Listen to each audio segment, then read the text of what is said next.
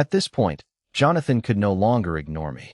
Ever since I took the initiative to propose an alliance, he had been secretly observing me. But no matter how hard he looked, he couldn't sense any strong energy fluctuations from me. It was still the same even now. That was exactly why Jonathan couldn't see through me at all. I obviously didn't look strong, yet every single woman by my side was incredibly formidable. So how could I possibly be weak? Can we talk now? I set down my teacup and stood up. I always followed the principle of courtesy before force. We had tried talking nicely, but since that didn't work, using force was the only option left. This is the apocalypse. The law of survival here is simply the strong eating the weak. What do you want? Jonathan asked coldly. Level 2 mutant cores, I said bluntly. I heard you guys keep level 2 cores as souvenirs, even crafting them into military medals. This base shouldn't be lacking in level 2 mutant cores, right? The American military base had plenty of heavy weapons, which were extremely effective against level 2 mutant beasts. Moreover, this area was frequently attacked by level 2 monsters. It was completely normal for them to have hunted a large number of level 2 cores. How many do you want to buy? And at what price? I need at least 20. As for the price, 2 evolution crystals for 1 level 2 mutant core. I said calmly. Currently, the common evolution crystals were all extracted from level 1 mutant cores.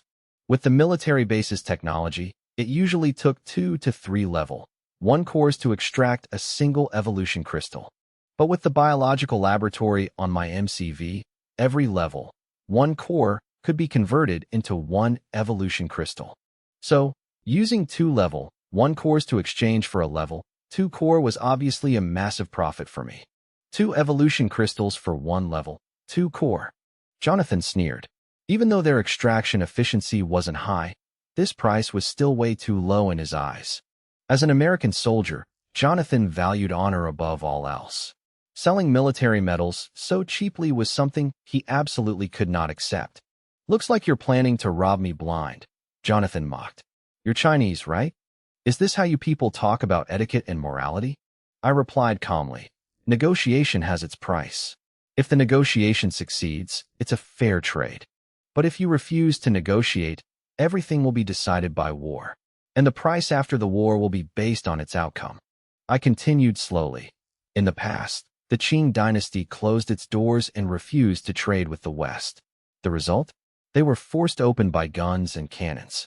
When you lose a war, there's no more equal trade. There's only reparations, loss of land, and loss of sovereignty.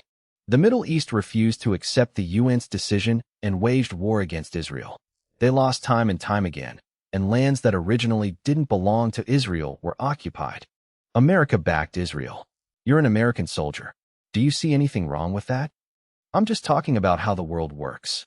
Even before the apocalypse, in an era of treaties, human rights, and peace, military force was always the ultimate way to resolve conflicts of interest. Let alone now, in the apocalypse, where all rules have collapsed. If Jonathan had the upper hand today, he would definitely force me to pay a much steeper price. These things were too obvious. I couldn't be bothered to listen to him preach about morality anymore. So you think you're in control of everything now? Jonathan's face gradually darkened. He could easily order the soldiers outside to rush in, but doing so in front of so many guests would damage his prestige. Besides, against such powerful awakened, ordinary soldiers wouldn't be able to do much anyway. But that didn't mean he would let me trample on his honor. Jonathan's aura began to surge. A wave of pressure and killing intent radiated from his body, making his clothes billow without any wind. Surrounding objects like knives and forks began to distort. That was his force field. Anyone who stepped into this range would fall under Jonathan's control. Within that force field, he was practically invincible, both in offense and defense. It was thanks to this ability that he had continuously risen through the military ranks, even on the verge of being promoted to a 5-star general and becoming the supreme commander of the base. A suffocating sense of danger emanated from Jonathan. Clearly, his force field was no simple matter. Very few people had ever seen him go all out, but right now, in front of me, he wasn't holding back at all. Right now, Jonathan was like a giant beast, ready to deliver a fatal blow at any moment. At the scene, the girls screamed in unison when they saw Jonathan's clothes billowing. His hair stood on end, especially when he pointed straight at me and declared, "Then you're mistaken. You haven't won any war yet." The screams in the hall grew louder and louder, seemingly about to blow the roof off. Even I had to admit, Jonathan really knew how to show off. Not only did he display his own strength, but he also positioned himself to gain everyone's support, just like a born politician. It was just a pity that he was showing off to the wrong person. I held the teacup in my hand and suddenly hurled it straight at Jonathan. The cup flew at a terrifying speed, trailing a faint blue light, and smashed right into his force field. Jonathan's force field could stop bullets, and that cup was just glass. But the moment they collided, Jonathan felt like he had been hit head-on by a truck. His entire body shook violently. Boom! The force field instantly shattered. The cup, carrying an unstoppable blue light, smashed right into his face. Jonathan screamed in pain as blood gushed from his nose. If he hadn't been awakened, that cup would have probably shattered his skull. He even felt like he had just been struck by lightning. What the hell is wrong with this Chinese guy? Why does he love throwing things so much? Jonathan also felt it very clearly. The moment I made my move, he faced a genuine threat of death. If I had wanted to kill him, he probably wouldn't have had a chance to defend himself at all. The screams around us instantly died down. The entire hall plunged into a dead silence. Everyone was stunned in disbelief. Jonathan's current state was no different from Yamada's earlier, perhaps even more pathetic. Yamada had been hit by a frozen durian, while Jonathan was only hit by a glass cup. All of his aura and killing intent had been shattered by that cup in the blink of an eye. Only then did I speak up slowly. "Do you think the war is over now?" Jonathan's entire body trembled, cold sweat breaking out on his forehead. Up until now, he had always been the most powerful figure in this military base, revered by everyone. But right now, meeting my gaze, he completely lost his usual composure. "Can we trade now?" I asked. "Of course," Jonathan replied reluctantly, his face looking extremely ugly. Even though the confrontation only lasted a split second, his prestige had taken a massive hit. The eyes that once looked at him with worship had now lost their warmth. He really wanted to call in the troops outside, but his intuition told him that if things spiraled out of control, the one suffering the loss definitely wouldn't be me and my team. Very quickly, Jonathan had someone bring over the mutant cores. I glanced over them and couldn't help but feel overjoyed. There were indeed quite a few level 2 mutant cores, 16 in total. Among them, one was almost at the threshold of level 3. I took the evolution crystals, put them in a small bag, and tossed it to Jonathan. "Here are your evolution crystals. I'm a very honest businessman." Jonathan caught it, inspected them, and found that the crystals were of excellent quality and extremely high purity. His expression finally softened a bit. But in his heart, he was definitely cursing me. I had clearly forced him with power, yet I still dared to call myself an honest businessman. I didn't care what he thought. I had no interest in robbery.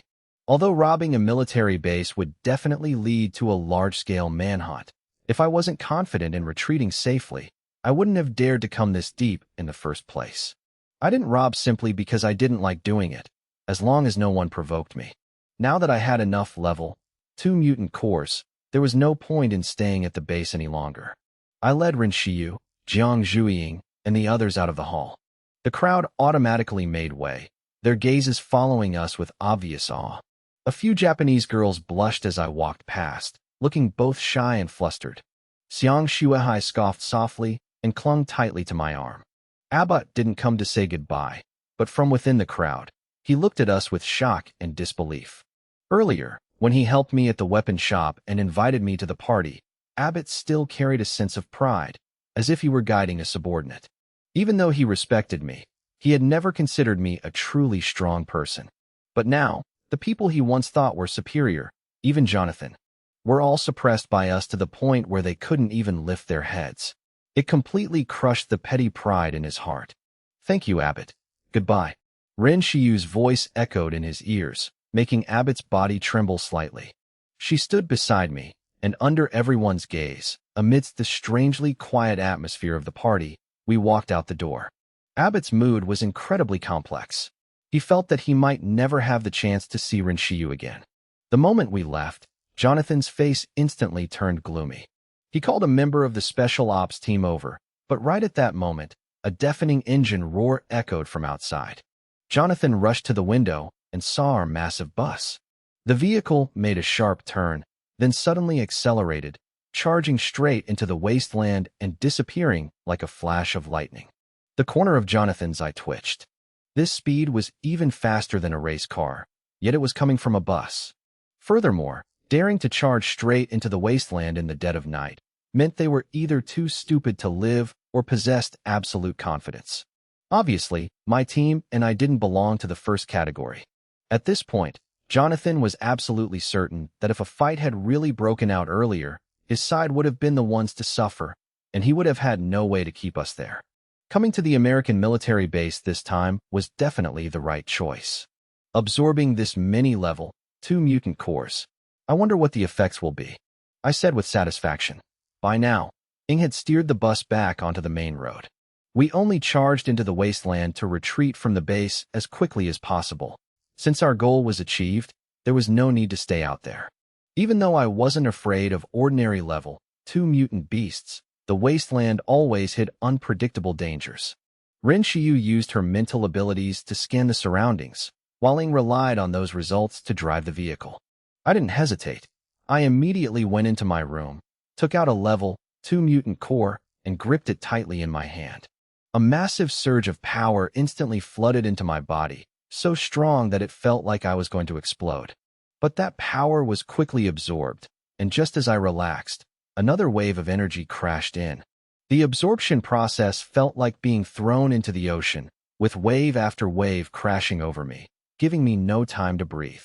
Throughout the entire process, I lay motionless, only my chest heaving violently. Is Brother Jiang okay? Xiang Shuehai asked worriedly. Li Yusin didn't take her eyes off me. She used her mental energy to check and said that I should be fine. It was just an overload of energy, similar to the first time. Mentioning the first time, Li Yusin couldn't help but blush. Even Rin Xiu, who was observing the road, secretly turned pink, while Xiang Shuehai's cheeks grew slightly hot. The three of them stared at me intently, making the atmosphere in the room suddenly turn strange. Are the three of us doing it together again this time? Xiang Shuehai broke the silence. Li Yusin nodded slightly, while Rin Xiu only gave a very soft response, like a passing breeze. Having reached a consensus, the three of them looked back at me, a strange emotion flashing in their eyes. I hadn't completely fallen into a deep sleep. I could clearly feel the energy continuously pouring into my body. The blue energy inside me seemed to be fully nourished, rapidly expanding and growing. One by one, the level 2 mutant cores in my hands turned to dust. Gradually, a faint blue light began to radiate from my body. Even though I wasn't fully awake, the surging power inside me left the three girls standing nearby completely stunned. This rapid evolutionary process was more terrifying than any awakened, mutant beast, or even zombie. 3 days later, when I stepped out of the room and saw Yi Wekong again, she couldn't help but freeze for a moment. My appearance and aura had noticeably changed. My muscles were more toned, as if a powerful mutant beast was hidden within this human body. Standing in front of me, Yi Wekong even felt her body tense up, her skin turning cold from the invisible pressure. Seeing her shocked expression, I just smiled faintly. I was very satisfied with the results of this evolution. My strength had increased so significantly that I was itching to test the power of my fists. It was just a pity that there wasn't an off-road vehicle around to test it on.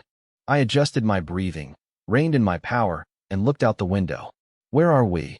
I had slept for 3 straight days and had absolutely no idea where the MCV had gone. Outside the window was an urban area packed with high-rise buildings, looking like a once bustling city. But in that dead silence, there was no breath of life here. Instead, it exuded a terrifyingly cold feeling. Cities in the apocalypse were just like this. Sometimes, the wilderness outside actually made people feel safer. This is Zhongjing. Before Yi Wekong could answer, Rin Xiu walked over and said we had just arrived not long ago. I took her hand. Feeling her soft skin, I thanked her for the past few days. Over those 3 days, she had definitely stayed by my side to take care of me while constantly monitoring our surroundings. Hearing that, Rin Shiyu's ears turned slightly red, and she lowered her gaze. She knew what I meant, but she couldn't help recalling the scene of the three girls taking care of me together, even sleeping next to me for 3 days straight. Yi Wekong, standing nearby, also felt a bit awkward because she knew that during that time, the three of them were almost always in the same room with me. Even Jiang Zhuiying wasn't allowed in. Looking at Rin Shiyu's expression, she couldn't help but imagine a lot of other things. Why did we come to Zhongjing? I asked. Rin Shiyu explained that after leaving the American military base, they originally planned to continue heading toward Pingying. But while passing this stretch of highway, they spotted a very long convoy entering Zhongjing, carrying a lot of heavy weapons. She guessed it wasn't an ordinary awakened squad, so she secretly tailed them. However, afraid of being discovered, she kept a considerable distance. Could it be Genesis? I asked. Not could be. It's definitely them, Yi Wekong said, killing intent flashing in her eyes. Based on Miss Rin's description, I recognized one of the off-road vehicles in that convoy. It belongs to Xue Xia, the president of the Jiansha Society. Rin Shiyu nodded. If Yi Wekong hadn't recognized Xue Xia's vehicle, she wouldn't have been able to identify the convoy so quickly. So this convoy is the group that fled from the Jiansha Society. Excellent. I sneered. I originally thought I'd have to chase them all the way to Pingying. I didn't expect them to only make it to Zhongjing. The truth was, I had underestimated the speed of the MCV. Even though we were delayed at the American military base for a while, under Ying's full-throttle driving, the vehicle practically flew down the road. If Xue Xia is here, then Shun Gui and the Black Cube must be in Zhongjing too. Besides needing to get the Black Cube, I also had a score to settle with Shun Gui.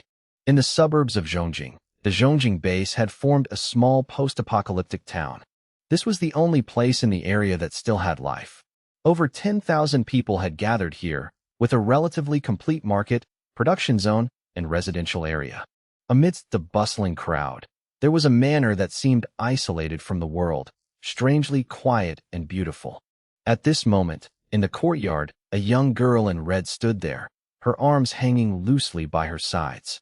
She wore stiletto heels, her hair tied in a long ponytail. With her large, round eyes and delicate, rosy white face, she looked just like a doll. If it weren't for her eyes blinking occasionally, people would almost mistake her for a statue. 2 off-road vehicles drove into the courtyard. Over a dozen powerful awakened stepped out one after another, acting as bodyguards. Next, a middle-aged man with an imposing aura, clearly someone holding great power, stepped out. As soon as he got out, he immediately turned around and stood respectfully by the door. From inside the car, a young man, looking just over 20 with slightly messy hair, stepped out. A chilling caw rang out as a giant crow swooped down from the sky and landed on his shoulder, its cold eyes staring straight ahead. When he looked up, his blood-red eyes swept over the crowd, making the air feel suffocating. The eyes of the girl in the courtyard narrowed slightly. Then she stepped forward and bowed gracefully. I am Minorisa, the person in charge of the Zhongjing base. You must be Lord Xingui. I've admired your reputation for a long time, but never had the chance to meet you. And President Xue Xia as well. It's a great honor to welcome you both. The young man with the crow was Shun Gui, and the middle-aged man was the president of the Jiansha Society, Xue Xia. Very few survivors at the Zhongjing base could imagine that the iron-fisted ruler of this place was a delicate, doll-like young girl. But any awakened who had ever worked for her wouldn't dare underestimate her. Anyone who underestimated her because of her appearance or age met a tragic end, and there was no shortage of such examples. However, in front of Shun Gui, Minorisa appeared extremely polite and respectful. She knew this was an incredibly powerful council member, and his visit to the Zhongjing base was a huge honor. Her eyes were filled with admiration, having heard so much about the power of the council members. Shun Gui nodded slightly and cut straight to the chase. Is the thing I need ready? Of course. It's right in the back. I'll take you there immediately, Minorisa replied with a smile. Before long, they stood in front of a basement door. As soon as the door opened, a low growl echoed. A dark shadow lunged forward, only to be yanked back by chains, emitting a piercing metallic screech. The accompanying awakened all shuddered. That dark shadow was a female zombie. Half of her face was bitten off, her upper body was bare, and she had a massive frame with unnaturally long limbs. One of her eyes glowed a fiery red as she bared her teeth and growled, glaring at the group. The iron chains behind her rattled loudly, making everyone fear they might snap at any moment. A zombie. Shingue was slightly surprised. After his battle with me, he had lost all his puppets and was in desperate need of replacements. But beasts that met his requirements weren't easy to find. He didn't expect Minorisa to bring him a mutant zombie. Looking closely at this zombie, the crazed look in Shun Gui's eyes gradually lit up. With his sharp eyes, he could tell this was no ordinary specimen. Truly rare, Shun Gui praised. It's been wreaking havoc in Zhongjing for a long time. To capture it, I lost over 20 elemental awakened and more than 100 regular awakened. If it weren't for these special alloy chains, we wouldn't have been able to restrain it, Minorisa said. I hope it satisfies you. She paused for a beat before continuing, excitement flashing in her eyes. It's very close to level 3. With your abilities, I believe it will become a true level 3 mutant zombie. Very good. It will tear them to shreds. Shingue said, his eyes suddenly turning eerie. Instantly, the zombie in the cage froze, then began to thrash wildly, letting out blood-curdling roars. Rin Xiu had spotted the convoy, but to avoid detection, she only tailed them from a distance. Because of that, she only knew their general direction, not their exact location. Even so, as long as we knew the direction, finding them wouldn't be hard. The outskirts of Zhongjing were swarming with zombies, but with the MCV's defenses, they posed no threat. Ing immediately steered the MCV in that direction. Nearly half an hour later, Rin Xiu said a group of people had appeared in her mental vision. There were over 10 people, including 5 awakened. It was highly likely a survivor squad. I figured that if Shun Gui had come here, there must be a base similar to the Jinsha Society or a safe zone nearby. That group most likely came from there. Approaching them to ask about the situation would be safer than charging in blindly. Not long after, I saw them engaged in a battle with a massive mutant beast. Their teamwork was quite good, and they weren't weak. But with many zombies around, they were being attacked from multiple directions, making the situation tricky. Even so, if they dragged it out, they could still win. I noticed the strongest among them was a woman. She hadn't gone all out yet, just constantly moving around the beast looking for an opening. But I didn't have the patience to wait. I glanced at Ing. She immediately understood and stepped on the gas, making the engine roar. The mutant beast sensed the danger and turned its head. Its glowing red eyes locked onto the MCV. Spikes stood up all over its body as its hind legs kicked off, shattering the concrete, and it roared as it charged at us. The woman panicked and shouted a warning, saying those steel-hard spikes could pierce through anything. She clearly didn't expect this vehicle to provoke it head-on. I sneered and told Ing to push forward. The MCV shot out like an arrow, even faster than the beast. A violent crash rang out, and the scene that followed left everyone dumbfounded. The mutant beast smashed into the MCV and exploded like a blood bag. Blood splattered everywhere as its body was sent flying over a dozen meters, crushing quite a few zombies in its path. The MCV came to a halt, while the group of survivors stood in stunned silence. The woman snapped back to reality and ran over to check. Seeing the spikes on the beast's head shattered and its skull crushed, it was clearly dead. She looked at the MCV, which didn't have a single scratch on it, her eyes filled with shock. She had never seen or heard of a vehicle like this. The door opened, and I stepped out with a few others. The woman said this beast was originally their target, and she only asked for one of its spikes. I waved my hand and told them to take the whole thing. I only needed the mutant core. I said bluntly that even if I hadn't interfered, they could have killed it anyway. It just would have taken more effort and possibly caused casualties. So technically, I was just cutting in. She hesitated, then bowed her head in thanks, immediately signaling her teammates to process the carcass. Afterward, she brought the core to me, saying that even though I was right, they still had to thank me for helping them avoid losses. Her politeness made me feel a bit awkward, so I quickly said I had something to ask. She suddenly asked if we were Chinese. I just nodded, and Zhang Zhuing confirmed it as well. She smiled and praised everyone's beauty, saying that besides Minorisa, she had never met anyone like us. Then she introduced herself as Morita Miko, and said we could call her Miko. I stated directly that we wanted to join the safe zone here and asked her to lead the way. Miko looked very happy, saying the Zhongjing base would definitely welcome strong people like us. She could take us to the management headquarters since she knew Minorisa. I smiled and agreed. While waiting for them to finish processing the beast, we chatted, and I learned that Miko had just graduated from college. She used to be a minor model, which was how she knew Minorisa, who had been a famous idol. I wasn't very interested in these things, but Miko's ability to talk nonstop was truly helpless. She quickly got friendly and rambled on and on about pandas and how she wanted to visit China. She even imagined raising a mutant panda, only to worry that it would slap her to death. I gave her a look, thinking to myself that she was definitely overthinking it. It got to the point where Rin Xiu had to speak up, saying she could hear everything. Through our conversation, I got a general idea about the Zhongjing base. The rules here were very strict. They had their own military. Ordinary people had to work in exchange for the right to live, and awakened squads had to pay monthly taxes. Violations resulted in severe punishment. Those who couldn't endure it either disappeared in the night or ran away, never to return. According to Miko, this base had quite a few famous awakened, but to me, they were nothing to worry about. If no other council member intervened, today would be Shun Gui's dying day. Not long after, the MCV followed Miko's squad into the bustling base, gradually approaching the management headquarters. From a distance, I could see a large, quiet manor. Miko said that was the management headquarters, and the manor next to it was the residence of the base's leader. It was heavily guarded, and ordinary people weren't allowed near it. I smiled and thanked her for today, but said I wouldn't be going into the management headquarters. Before Miko could understand what was happening, she saw the MCV roar to life and charge straight toward the manor. In that moment, all she could do was gape as she watched it go, a single thought buzzing in her head: we're doomed.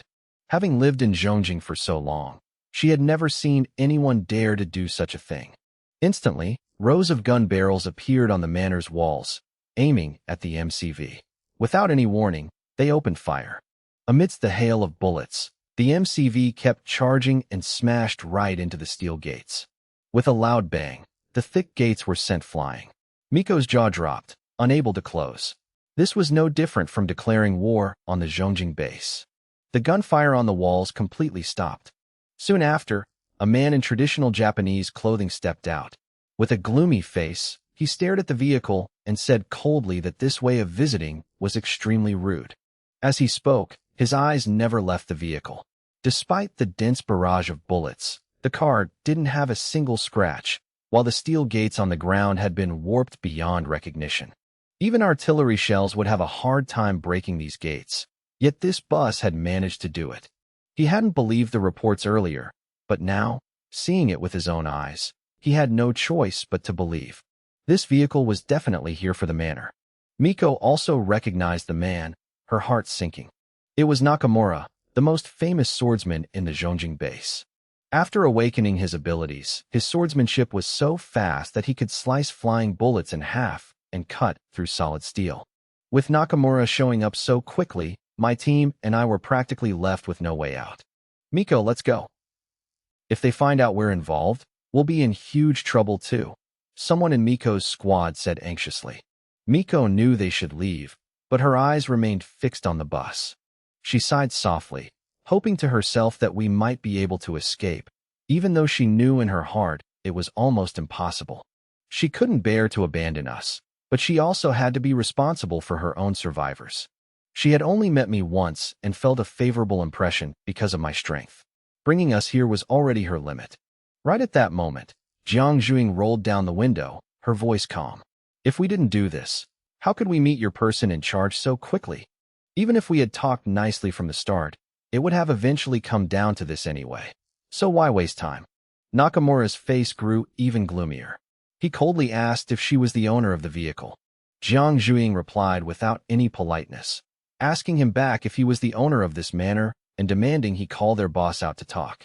She wasn't the owner, but as the owner's younger sister, she spoke with absolute confidence. Nakamura sneered, saying their boss wasn't someone just anyone could call out. Since we had come here, we shouldn't expect to leave. He would keep one person alive to interrogate about our identities, but it definitely wouldn't be her. he would choose someone more obedient. He clapped his hands to signal. Instantly, hundreds of people emerged from the buildings around the manor, all aiming their guns at the bus. At the same time, dozens of warriors dashed out like ghosts, throwing tire-spiking devices and stabbing at the tires with daggers. A cold smile crept onto Nakamura's lips. As long as they disabled this vehicle, the people inside would be like fish on a chopping block. He wanted them to feel despair before they died. But at that exact moment, a blinding surge of electricity erupted from the bus. The warriors who had just made their move were instantly engulfed by the electricity. They were fast enough that even ghosts couldn't keep up, but how could they be faster than lightning? Unable to resist, agonizing screams rang out one after another before they were all burned to a crisp. Nakamura roared, his fury wiping out his original intentions. Now, he just wanted us dead immediately. He drew his sword from its sheath, the steel gleaming. At the same time, he saw a small cannon barrel protrude from the front of the bus. He had never seen this type of cannon before, but his intuition screamed of deadly danger. Even if it was a rocket launcher, he believed he could slice it in half, as long as he avoided the detonator. With his swordsmanship, that wouldn't be hard. What kind of terrifying thing could such a small cannon shoot anyway? Therefore, he didn't dodge. He shouted loudly, "Slash!" The sword light flashed. Then, Nakamura's confident expression instantly turned to sheer terror. A deafening explosion boomed. A terrifying blast of air crashed straight into him. His body and his sword were completely unable to withstand it. Nakamura was sent flying like a torn sack, slamming hard into the wall and falling to the ground with a heavy thud. His sword was blown away to who knows where. His entire body was drenched in blood, his internal organs crushed. He didn't die immediately. His eyes were filled with panic and disbelief. He opened his mouth to say something, but only spat out black blood. The entire manor fell into an eerie silence. The gunmen, who hadn't even had time to pull their triggers, witnessed the whole scene. Everyone was dumbfounded. The bus slowly started up. The massive wheels rolled over the tire-spiking traps, crushing them to pieces with a piercing screech, but the tires remained completely unscathed. After so many evolutions and upgrades, these petty little traps were nothing. For the people in the manor, a chill ran down their spines. Every part of this vehicle was terrifyingly sturdy, not to mention that air cannon from just now. Even though Nakamura died because of his own carelessness, it was still enough to prove just how horrifying this vehicle was. I spoke up, breaking the silence. "I'm here for Shungue and Shueisha. Tell them to come out right now." Many people in the manor didn't know those two names, but some suddenly realized that today's two special guests were President Shueisha and Shungue. Was this vehicle here to cause trouble for them? In all the time the Zhongjing base had existed, this was the first time someone dared to charge straight into the manor, demanding they hand people over in broad daylight, while everyone around didn't even dare to utter a single word. I knew very well that such a huge commotion wouldn't just be heard by the people inside the manor. The outside would be alerted too, and soon enough, people would come swarming in. Sure enough, not long after I finished speaking, a crowd appeared from the back of the manor, closing in on us. Leading them was a middle-aged man dressed like an ordinary person. His eagle-like, piercing eyes locked onto me. In the distance, the flames of hatred in Yi Yuekong's eyes flared up wildly the moment she saw him. I glanced at the man, slightly surprised. So this was Shueisha. His appearance wasn't like the brutal, hulking brute I had imagined. Instead, he looked like a sinister, vicious type. Just one look was enough to smell the danger on him.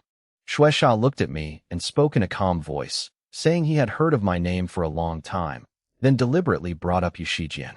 I sneered and told him to drop the act. Shueisha's expression shifted slightly, showing both shock and disbelief, but he quickly regained his composure. He said I had a lot of nerve daring to kill Yushijian, but did I really think I could escape Genesis's pursuit? When Genesis unified the world, me and everyone by my side would have no way out. I cut him off, already sick and tired of that arrogant tone. To me, Genesis and I were already irreconcilable enemies. Not just because of what they did, but also because the star seed fragments I needed for evolution were still in their hands. Thinking of this, I suddenly stared straight at Shueisha. "You're stalling for time so Xingui can escape, aren't you?"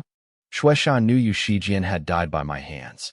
And he also knew he wasn't my match. He just sneered and spat out 2 words. Do it. Instantly, all the gun barrels aimed at the MCV in unison. No matter how tough the vehicle was, being surrounded by so many guns would at least be enough to pin us down. A gentle voice rang out from behind Shueisha, asking why he and Xingui hadn't told her they were being hunted. I knew it was Minorisa. Shueisha glanced back, a hint of wariness flashing in his eyes. He said it wasn't a hunt, just someone seeking their own death. As soon as Xingui appeared, everything would be over. Minorisa smiled, saying that after today's business was settled, she would host a banquet to celebrate.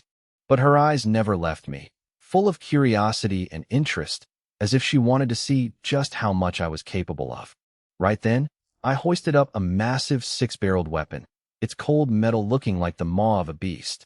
Minorisa couldn't help but exclaim, "That's a minigun." The combat hatch opened. I stepped onto the roof of the bus, standing alone with the minigun in my hands. My arms flared with a brilliant blue light, and the 6 barrels shone as bright as the sun. The moment I revealed myself, all the gunmen on the other side pulled their triggers in unison, and at the exact same time, my minigun roared. A rapid, deafening barrage echoed through the sky. Streams of blue energy pierced straight through walls, steel, and every obstacle, leaving behind splatters of blood. Guided by Ren Shiyu's mental sensing, not a single gunman could escape. I moved across the roof like a hunting beast, dodging bullets by a hair's breadth. The minigun in my hands became a life-reaping machine. I jumped down to the ground and advanced straight toward Shueisha. His face was completely distorted. He knew I was strong, but he never expected me to be this strong. I shot off one of his legs in the blink of an eye, then aimed the scorching hot barrel straight at his head. The smell of gunpowder suffocated him. He knew very well that if I pulled the trigger, half of his body would be torn to shreds. I looked at him and said coldly that if he wanted to stall for time against me, he wasn't qualified yet. Jiang Zhuiying stepped out of the vehicle, laughing disdainfully. She said that if Shueisha truly understood Yu Shijian's strength, he should have surrendered from the very beginning. I asked where the black cube was. Shueisha gritted his teeth and said the thing I wanted wasn't with him.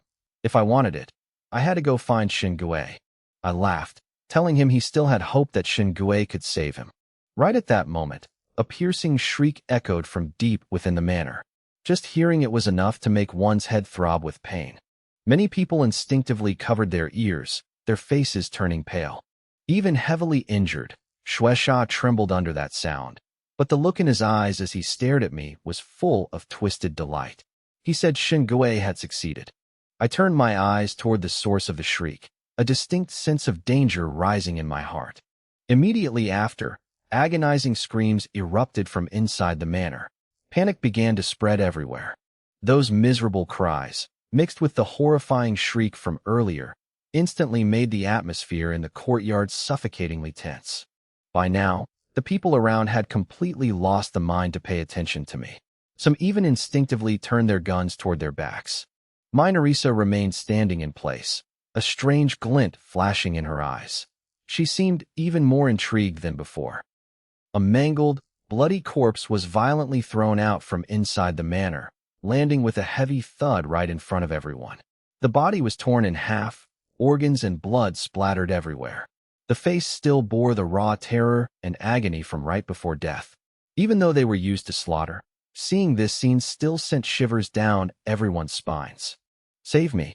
A panicked Awakened dashed out from his hiding spot, but after only a few steps, a dark shadow appeared and pinned him straight to the ground. Just as he tried to lift his head, the dark shadow raised its foot and stomped down hard. A sickening crunch of breaking bone echoed. The Awakened's head was crushed like a watermelon, killing him instantly. The entire courtyard instantly fell into a dead silence. No one could believe their eyes. Killing someone wasn't hard, but killing someone as easily as crushing a bug, so fast that the victim couldn't even react, was far beyond their imagination. If it had been them, the outcome would definitely be no different. That dark shadow was a female zombie. She licked her dark red, blood-stained lips. Her entire body radiated a thick, killing intent as her glowing red eyes slowly swept over everyone in the courtyard. "Sorry about that.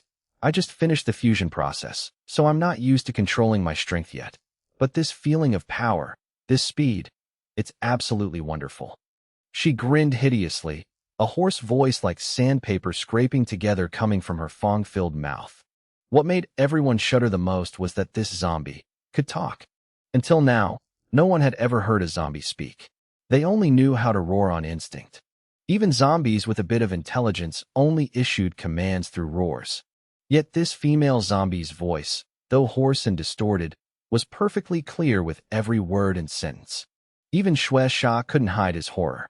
A talking zombie meant a truly terrifying monster. On the contrary, Minorisa smiled with deep satisfaction. This result far exceeded her expectations. I looked at the female zombie, sneered slightly, and mocked. So this is Shun Gui's trump card? It's just a zombie. Compared to the mutant beasts he used to control, it's nothing special. I said that, but in my heart, I remained on high alert. The sense of danger this zombie brought was even stronger than those previous monsters.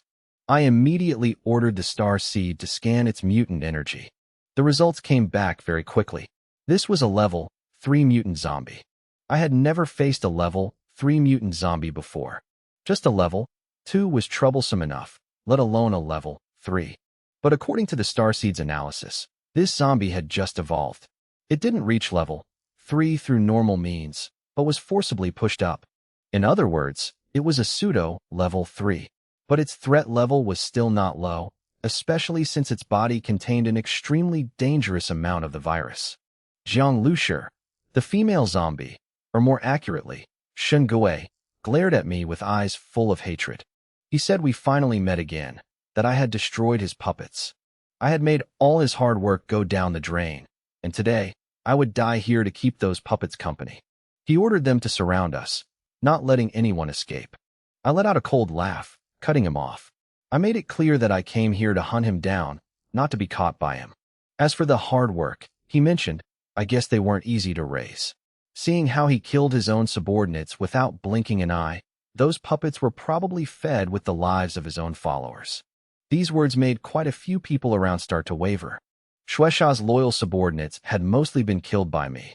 The rest were people from the Zhongjing base, who had absolutely no loyalty to Shun Gui. The fact that he had created such an inhuman monster made them even more uneasy.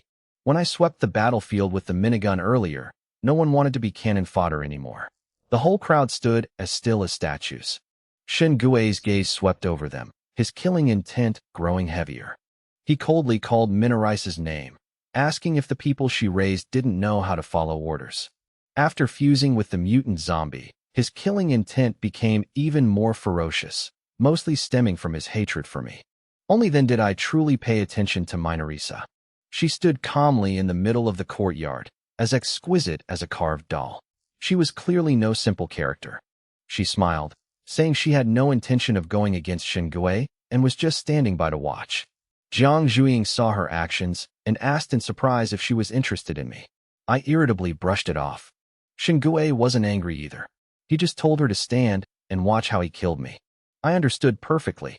Minorisa did this to separate the Zhongjing base from this battle, while also wanting to witness the strength of both sides with her own eyes. Shun Gui didn't object, because he believed he was strong enough to kill me. Just because you Shijian died by your hands doesn't mean I will too. The female zombie said coldly, then immediately lunged forward. Its speed was so terrifying that many people couldn't even track its trajectory with their eyes. If it charged at them, their fate would definitely be the same as the awakened whose head was just crushed. In fact, its speed right now was even faster than before. Careful, Rin Shiyu's voice echoed in my mind. Even though her mental energy had locked onto the target, the zombie's speed still exceeded expectations. I stood still in place. Just when many people thought I hadn't reacted in time, I suddenly moved, raising the Gatling gun and opening fire. Some thought I was firing blindly to force the zombie to stop, but someone immediately realized that the bullets perfectly matched the footprints the zombie left on the ground. That proved I could actually keep up with its speed.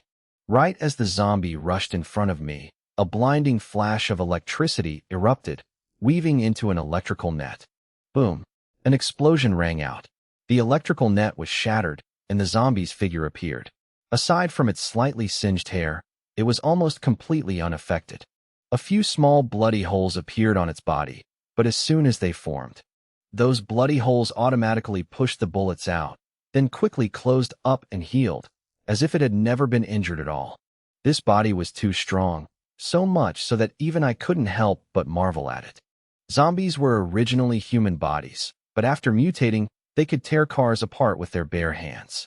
Both their strength and defense far surpassed that of ordinary humans.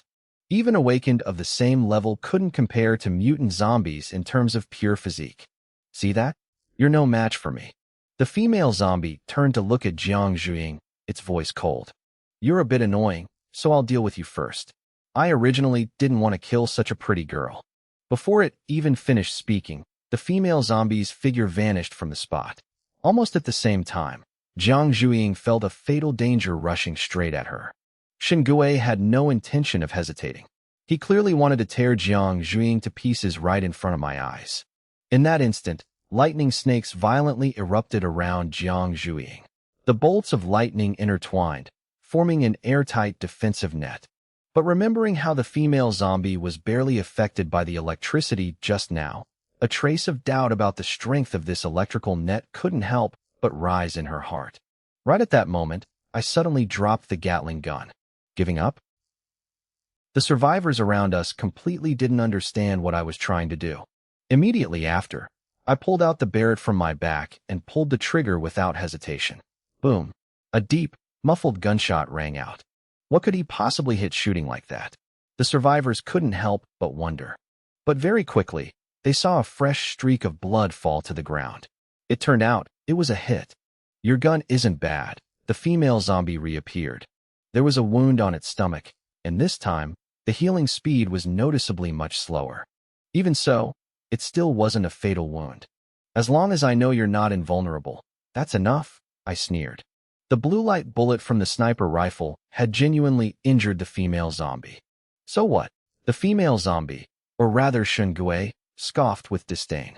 You think you can hit me again? You won't get another chance. You're right. I unexpectedly nodded in agreement.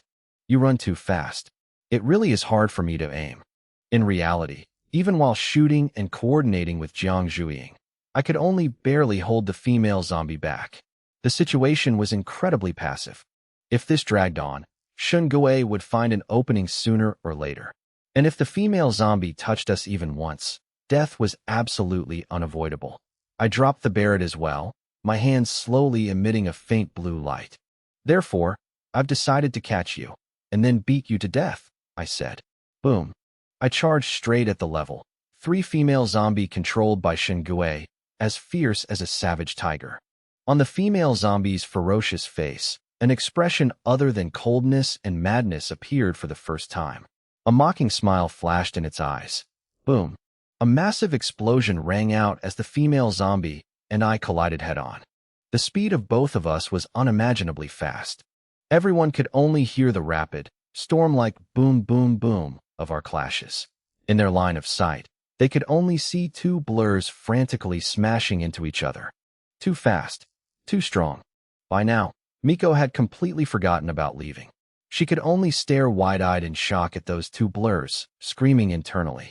If she hadn't seen it with her own eyes, she absolutely wouldn't have believed that a human could fight a level 3 mutant zombie barehanded and match it blow for blow. Boom. A car parked in the manor was hit by the female zombie and instantly turned into a pile of scrap metal. Immediately after, it leaped high into the air and continued charging at me. Those witnessing this scene couldn't help but shudder, their eyelids twitching uncontrollably. They began to wonder. If they were the female zombie's target, they probably wouldn't even survive a single blow. They would be instantly smashed into minced meat. Shueisha clearly showed his excitement. In his eyes, I was voluntarily giving up my biggest advantage. The 2 sides were now locked in a chaotic melee. Jiang Zhuiying, with her electrical abilities, couldn't provide any more support. The female zombie was brutal to the extreme, and Shueisha was practically eagerly waiting to see me tortured and killed. Die, die, die. The female zombie roared like a maniac, fighting more and more ferociously. The entire manor seemed too small for this battle. Almost everything in the courtyard was destroyed by it. A few awakened who couldn't dodge in time were instantly swept away, their bodies shattering in midair, blood splattering everywhere. The remaining survivors hurriedly fled further away. Shingue had never felt so exhilarated. In the past, he had created quite a few mutant beasts as puppets, but none of them could compare to this mutant female zombie. Perhaps because zombies were originally human, as he controlled it, he gradually developed the sensation that he himself was fighting. The terrifying healing ability, the destructive power, it all brought Shingue a feeling of extreme excitement. When the survivors' bodies were torn apart like cloth sacks, blood and organs flying everywhere, the thrill in his heart grew even more intense. In Shungue's eyes, I was now nothing more than prey. No matter how much I struggled, the final outcome would be me getting caught by him. But in stark contrast to the female zombie's madness, I was incredibly calm. I could feel it. After controlling the female zombie, Shungue's mind was clearly being affected by it in return. I fully activated my brain domain ability, keeping myself absolutely clear-headed as I dealt with the female zombie bit by bit. My strikes were strong enough, but every time they landed, it would quickly heal itself. This horrifying healing ability sent chills down people's spines, because it meant that if you couldn't kill it in one fatal blow, no matter how many times you attacked, it would all be useless. The problem was, the female zombie moved too fast, and its attacks were too ferocious. It looked full of openings, but in reality, there wasn't a single gap to finish it off for good. Brother Jiang, my mental energy is having a hard time affecting this zombie. I estimate its brain intensity has already surpassed mine, but I'll try to attack it once. Rin Shiyu's voice rang out. I know, I replied briefly. Shingue considered this female zombie his trump card. If it were that easy to deal with, it would actually be suspicious. Right at that moment, the female zombie's speed suddenly slowed down for a beat. Clearly, Rin Shiyu's mental attack had taken effect. The survivors watching the battle also noticed this. This was my chance. If I didn't seize it, things would only get harder later. A strange glint flashed in Minorisa's eyes. I immediately seized the opportunity, let out a roar, and lunged forward, both hands grabbing straight for the female zombie. In that instant, the corner of the female zombie's mouth twitched, as if forming a vicious smile. You're courting death. It glared at me coldly, while an even stronger aura erupted from its body. From its muscles to its bones, cracking sounds like firecrackers rang out. Its body swelled up another size, its hands becoming large enough to completely grasp a grown adult. I'll crush your head. The female zombie raised its hand and grabbed straight for my head, its speed even faster than before. Everyone understood that what we had just done didn't seem to weaken it at all. In fact, the female zombie had used this opportunity to unleash its full power. It moved incredibly fast. I hadn't been caught yet thanks to my brain domain ability, yet now I was actively charging right at it. Minorisa shook her head slightly. In her eyes, no matter how thrilling this battle was, I was ultimately weaker than Shingue. The outcome seemed already set in stone. Facing death, I still maintained absolute calmness. That very fact gave the female zombie a fleeting sense of unease, but it didn't want to miss this rare opportunity. It poured out all its speed and strength, the pressure crashing down like Mount Tai as it grabbed at me. And in that exact moment, I made my move. My fist was half a beat slower than it, but when I threw it, a brilliant blue light erupted from my knuckles, as if I were holding a blue sun in my hand. Within that blinding light, my fist arrived first despite moving later, colliding straight into the female zombie's claws. My fist smashed into its steel-hard claws, forcing it back a few steps. Its claws twisted grotesquely, like steel wires being bent out of shape. The female zombie revealed a look of utter disbelief. Minorisa also instinctively tensed up, her expression changing as she stared at me. The female zombie had clearly held back a move, but I hadn't gone all out yet either. That punch just now, even standing from a distance, she felt suffocated by it. If that punch had been aimed at her, what would the consequences be? No one dared to imagine. I didn't care about its reaction or the reactions of the people around. My body shot forward, and I threw another punch. The female zombie let out a piercing roar, raising its arms to block its face. But my fist smashed straight through its arms, then continued to slam heavily into its face. Boom, boom, boom. The female zombie was sent flying across 2 flower beds, then crashed heavily into a wall, caving it in. One of its arms was snapped in half, its face covered in dents, a bloody, mangled mess. Zombies barely felt pain, but Shungue, the one controlling it, roared in fury. Previously, he thought I had killed Yu Shijian mainly because the other party was careless, and I had just taken the opportunity to sneak attack. But now, in a head-on battle, he was the one who tried to sneak attack, yet he was the one getting counterattacked by me. I was actually using my bare fists to beat the female zombie to a pulp. This was something Shungue simply could not accept. He was a council member, while I was just a survivor. Why was I this strong? But Shungue had no more time to think. I had absolutely no intention of stopping. I charged straight at the female zombie like a cannonball, continuing my assault while it was heavily injured. Boom. Like a fiercely burning meteor crashing down, my fist slammed hard into the female zombie. Shungue only had time to control it to raise its injured hands to block, but against my strength, it was all meaningless. From the very first punch, the female zombie became a punching bag for my relentless barrage of fists. Blood splattered everywhere, mixed with chunks of flesh. The dull thuds of fists smashing against bone echoed, sending chills down the spines of the survivors watching. They couldn't even stop themselves from trembling. It was too brutal, and the target being beaten was a level 3 mutant zombie, which made it even more unbelievable for them. Boom. The female zombie was smashed straight into the concrete floor, creating a massive crater. Its entire body, especially its face, had been turned into a shapeless mass of bloody flesh. Its facial features were completely crushed. Only a single bloodshot eye remained, flickering with a faint glimmer of humanity. That eye still held a look of disbelief, as if it hadn't yet accepted the reality before it. All eyes were fixed on me. The blue light on my fists gradually faded, revealing my heavily injured hands, with white bone exposed.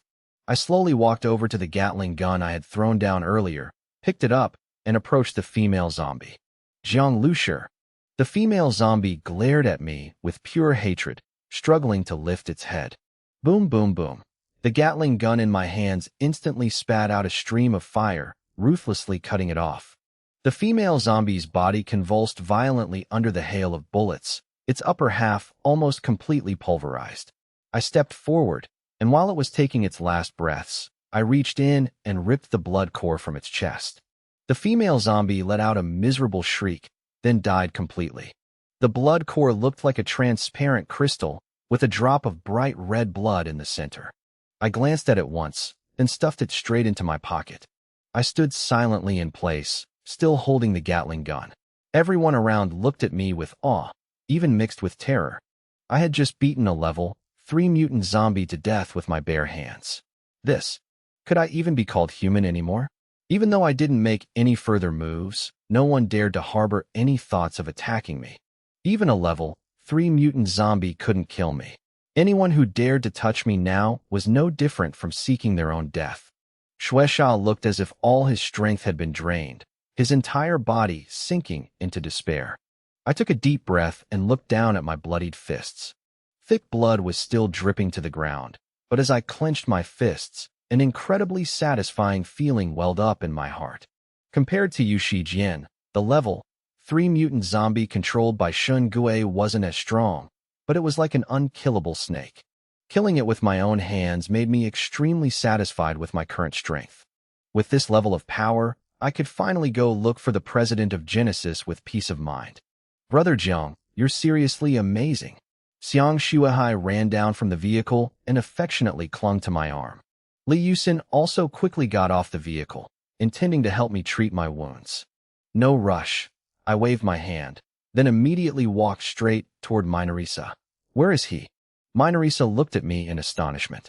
The outcome of this battle had completely exceeded her expectations.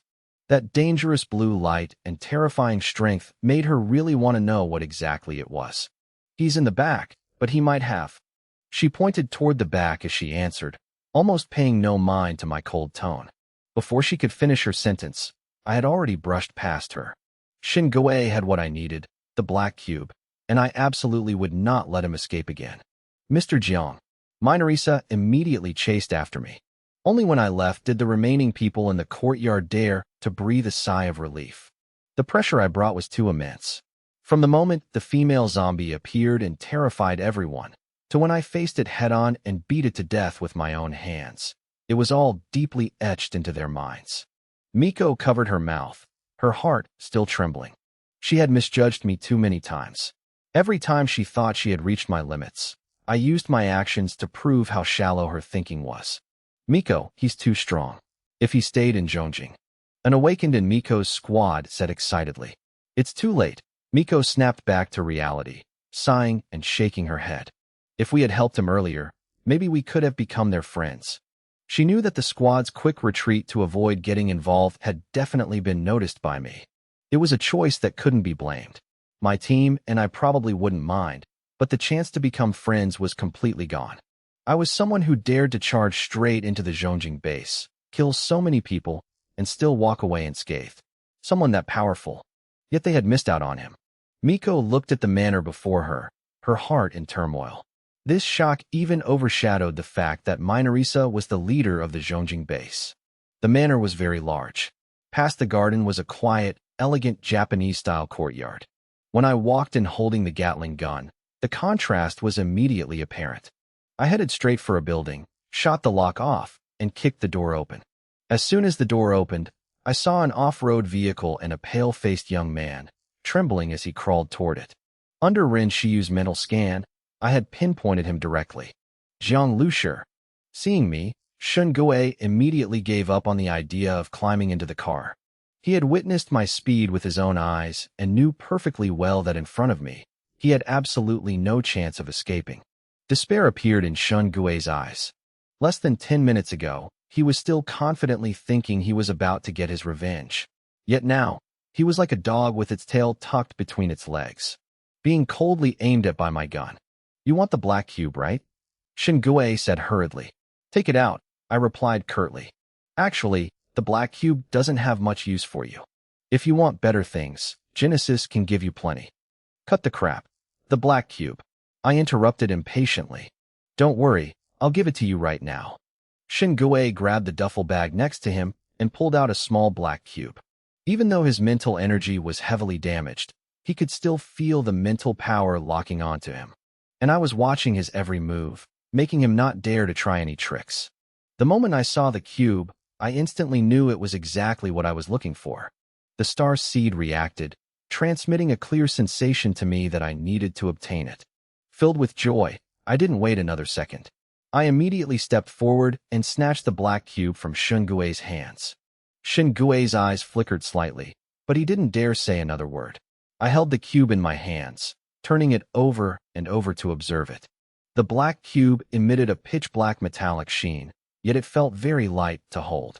This cube was assembled from 4 smaller, movable blocks, which was why Genesis called it a cube. I rotated the small blocks to align the patterns. Instantly, a very soft click rang out. The moment that sound echoed, I seemed to look right through the surface of the cube, clearly seeing the space inside. It was an empty space, so vast that it left me astonished. This space was about 100 square meters wide, filled with blocks of metal I had never seen before. Without a doubt, this was metal from the Starseed spaceship. This black cube had a similar nature to the MCV's storage space. It was highly likely that it was also a part of the Starseed spaceship. Shin Gui stood by, observing my expression. When Genesis first discovered that the black cube was actually a storage space, the entire organization was deeply shocked. Genesis had reaped massive benefits from the ruins, including technologies far beyond Earth's, and that was exactly how the organization was born. Yet right now, looking at my face, Shin Gui didn't see much shock, only a fleeting hint of joy. That made him suspicious. A futuristic storage space that had once cost a council member their life, yet I was so calm about it. Besides the black cube, did you guys discover anything else? I spoke up, cutting off Shun Gui's train of thought. After confirming that the ruins Genesis found were indeed the Starseed spaceship, I obviously wouldn't overlook any clues. Of course, I have no intention of restoring that ship. It doesn't belong to me. The only thing that truly belongs to me now is this base vehicle. I can tell you, but... Shin Gui looked hesitant, gritting his teeth as he spoke. You're in no position to bargain with me. I replied coldly. Shin Kuei fell silent for a moment before saying, "We found a damaged spaceship within the ruins." Hearing this, a surge of joy instantly rose in my heart. Just as I suspected, it was the Starseed's ship. Sang only found a portion of the ship, while the Starseed itself had been wandering outside until it met me. I questioned him thoroughly about Sang and the details regarding the ruins. Under Rin Shiyu's surveillance, not a single lie from Shun Kuei could escape my notice. Finally, he looked at me with dark, hollow eyes. Stripped of his prestige as a counselor, his voice went hoarse. "I've told you everything I can, Mr. Jiang. Can you let me go? What do you think?" I looked him straight in the eye, my voice icy. "Back in he go. When you attacked us, did you show any mercy?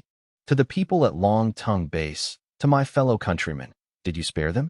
My voice grew colder with every word. The light in Shun Kuei's eyes gradually faded into pure despair.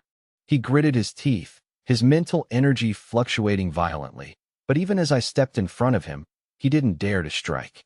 When I raised my gun, all of Shun Kuei's strength seemed to drain away. His eyes went dull, and he collapsed to his knees.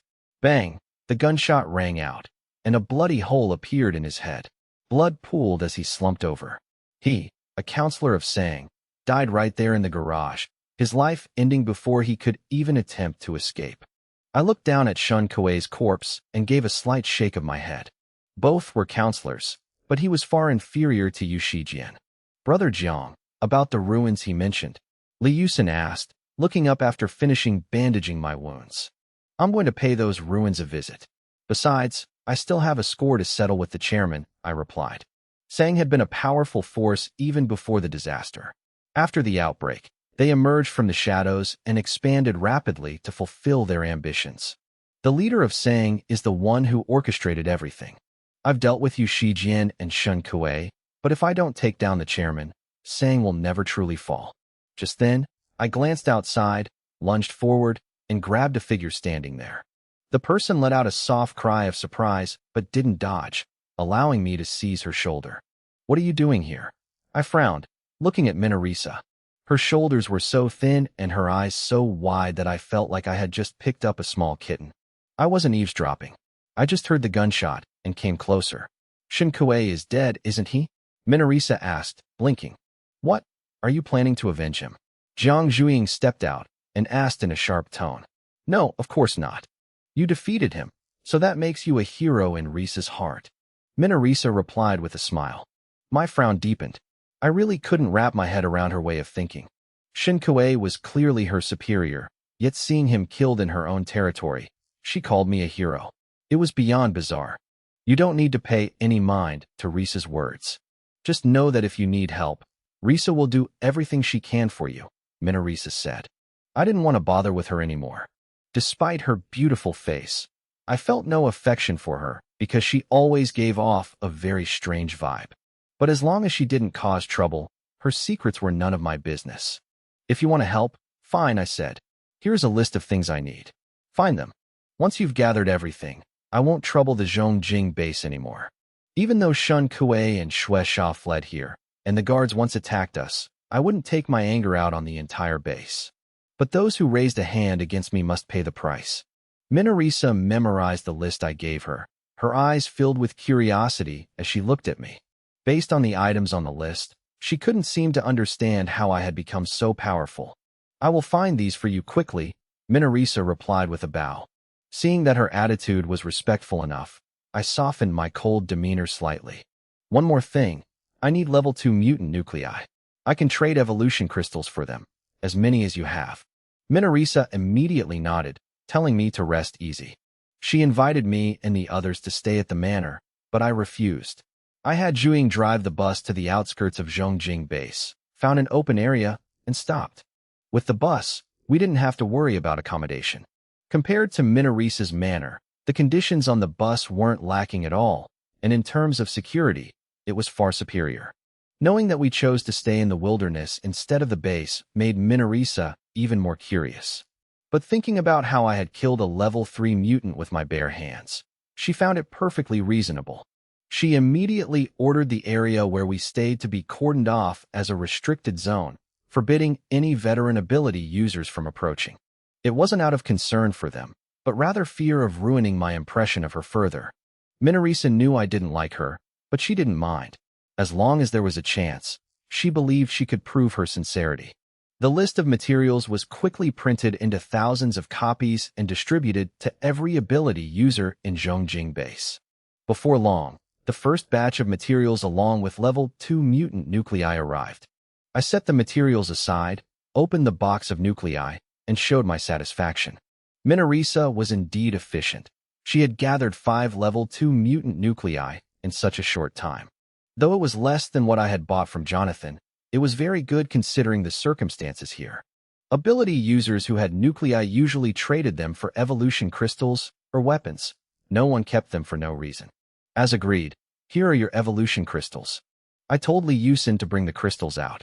5 level 2 mutant nuclei were no small amount, and since I needed Minarisa to keep working for me, paying in full was necessary.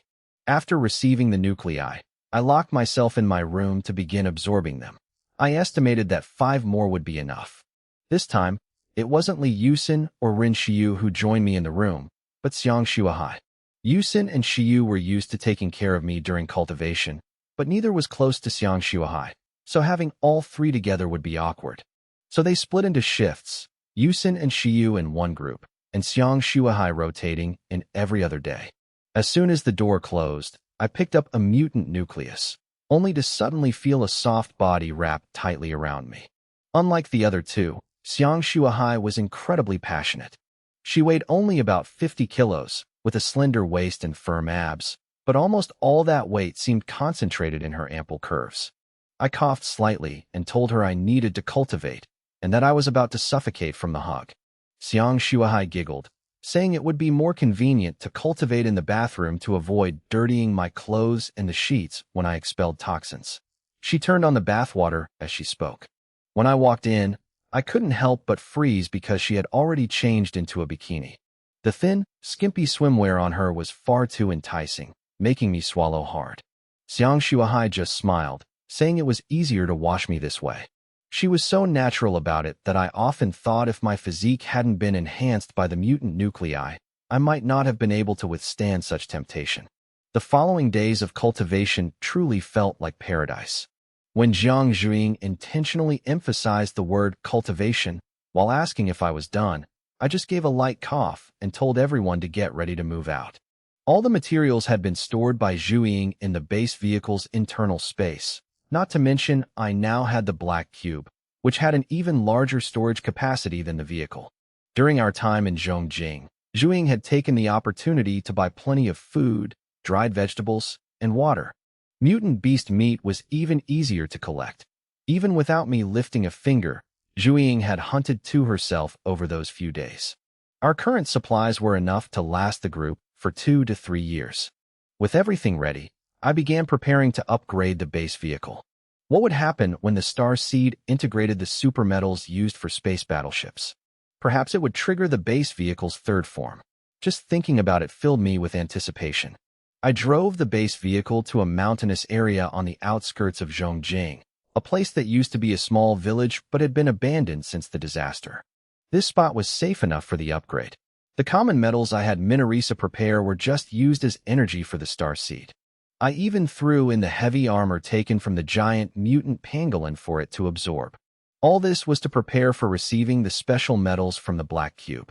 When the Star Seed announced it had found primordial alloy with a 60% compatibility rate, I was instantly surprised, as there had never been a compatibility notification before. I hesitated but chose to proceed with the absorption. However, the system immediately warned that the primordial alloy lacked a metal soul. Forcing the absorption would only activate an incomplete form, wasting 80% of the energy. I was stunned. After hearing the Star Seed's explanation, I realized that primordial alloy was almost like a living organism, a living metal with a core similar to a soul. Right now, I only had the alloy but lacked the crucial metal soul, so the evolution would be left unfinished. I couldn't accept that. After thinking it over, I could only think of one place where I might find a metal soul: the ruins. The Black Cube was taken from the ruins, so the metal soul was likely there too, just undiscovered. Fortunately, I already knew the location of the ruins from Shunkoe. According to him, the ruins were located southeast of Japan, on a deserted island in the middle of the Pacific Ocean. There were no airports or docks, and the surrounding waters were full of reefs. Previously, Sang could only reach it by helicopter. With the base vehicle, those things weren't an issue. We could just ram straight through the reefs.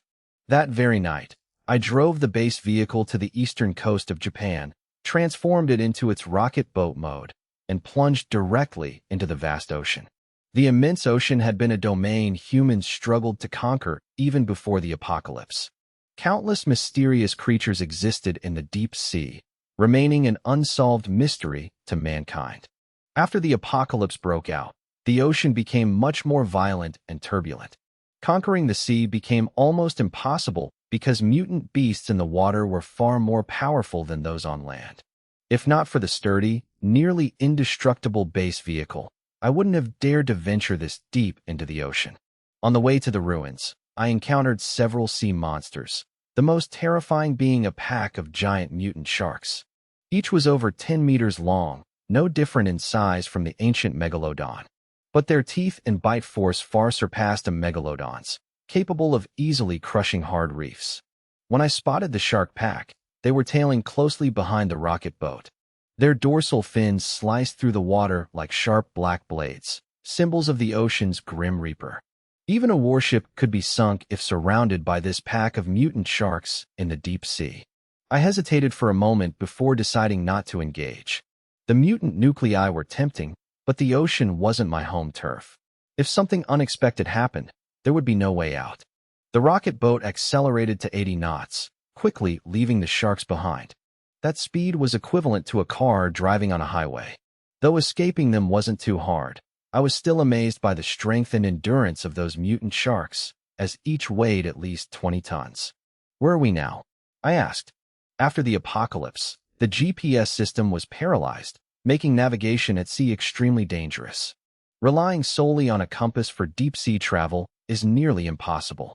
In the past, Zheng He only dared to sail along the coast, and during the Age of Discovery, sailors needed all sorts of tools like astronomy, nautical charts, and special clocks to determine their position.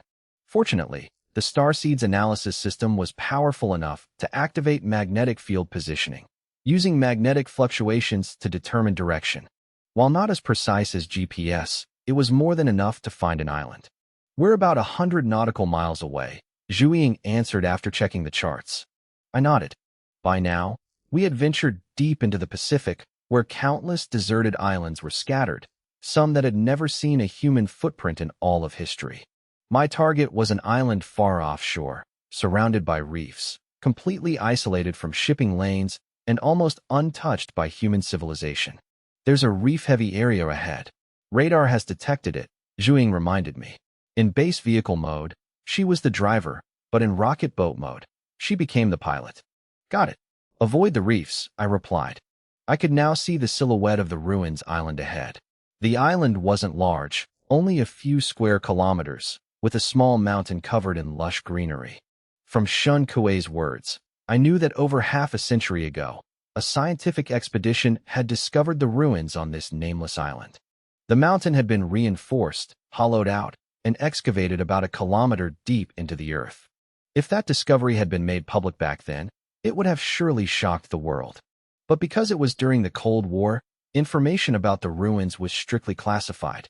As research went deeper and uncovered terrifying truths, the secret of the ruins was eventually shared only among the world's most powerful people. They formed an organization specifically to study it, which was the predecessor of Sang.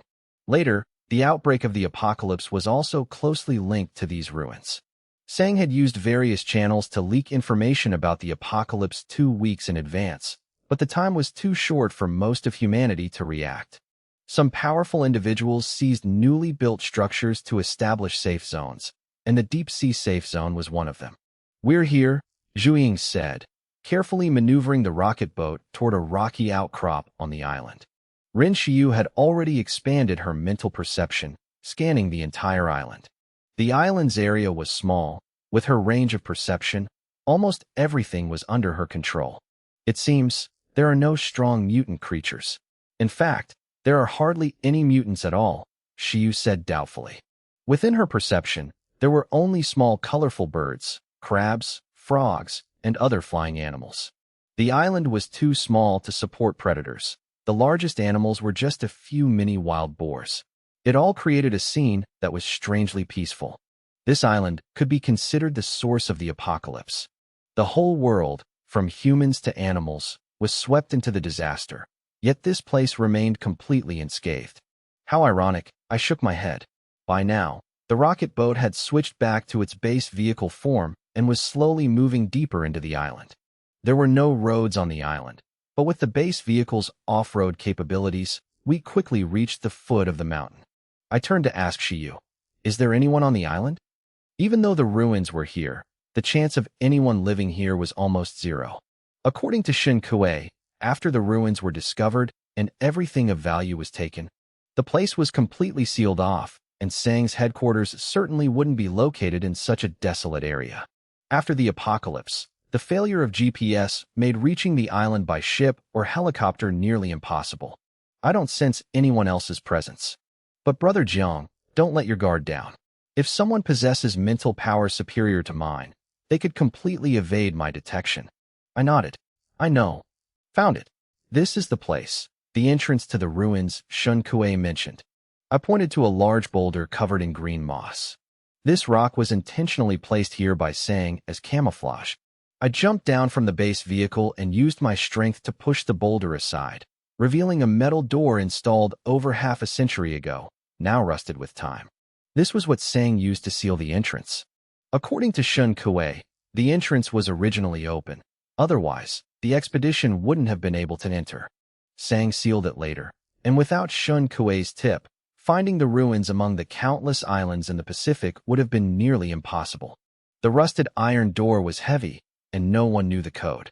I pulled out a heavy machine gun I had bought from a U.S. military base, a weapon weighing hundreds of kilos with a recoil that could crush a man's bones. But to me, it was nothing. I channeled blue light into the depleted uranium armor-piercing rounds. The Gatling gun roared like a mad metal beast, its barrels spinning as it spat out flames over a meter long.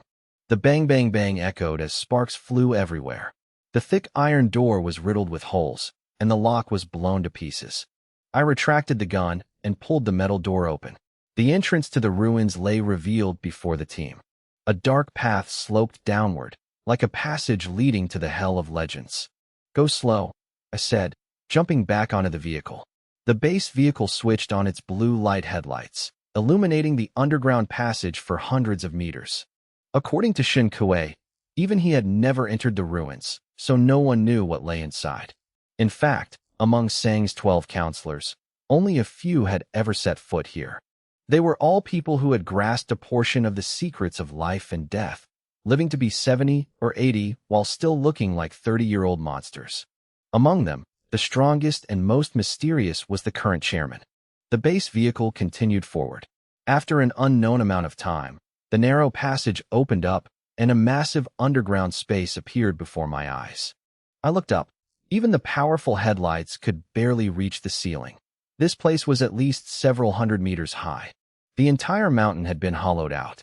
Half the space was underground, and the other half was inside the mountain. These were the ruins. I took a deep breath, my heart racing. I wondered if I would find the primordial metal soul here. "Turn the lights to maximum," I ordered. Even with the vehicle's powerful lights, the space was too vast to illuminate entirely. "There are lights over there," Jiang Zhuing pointed.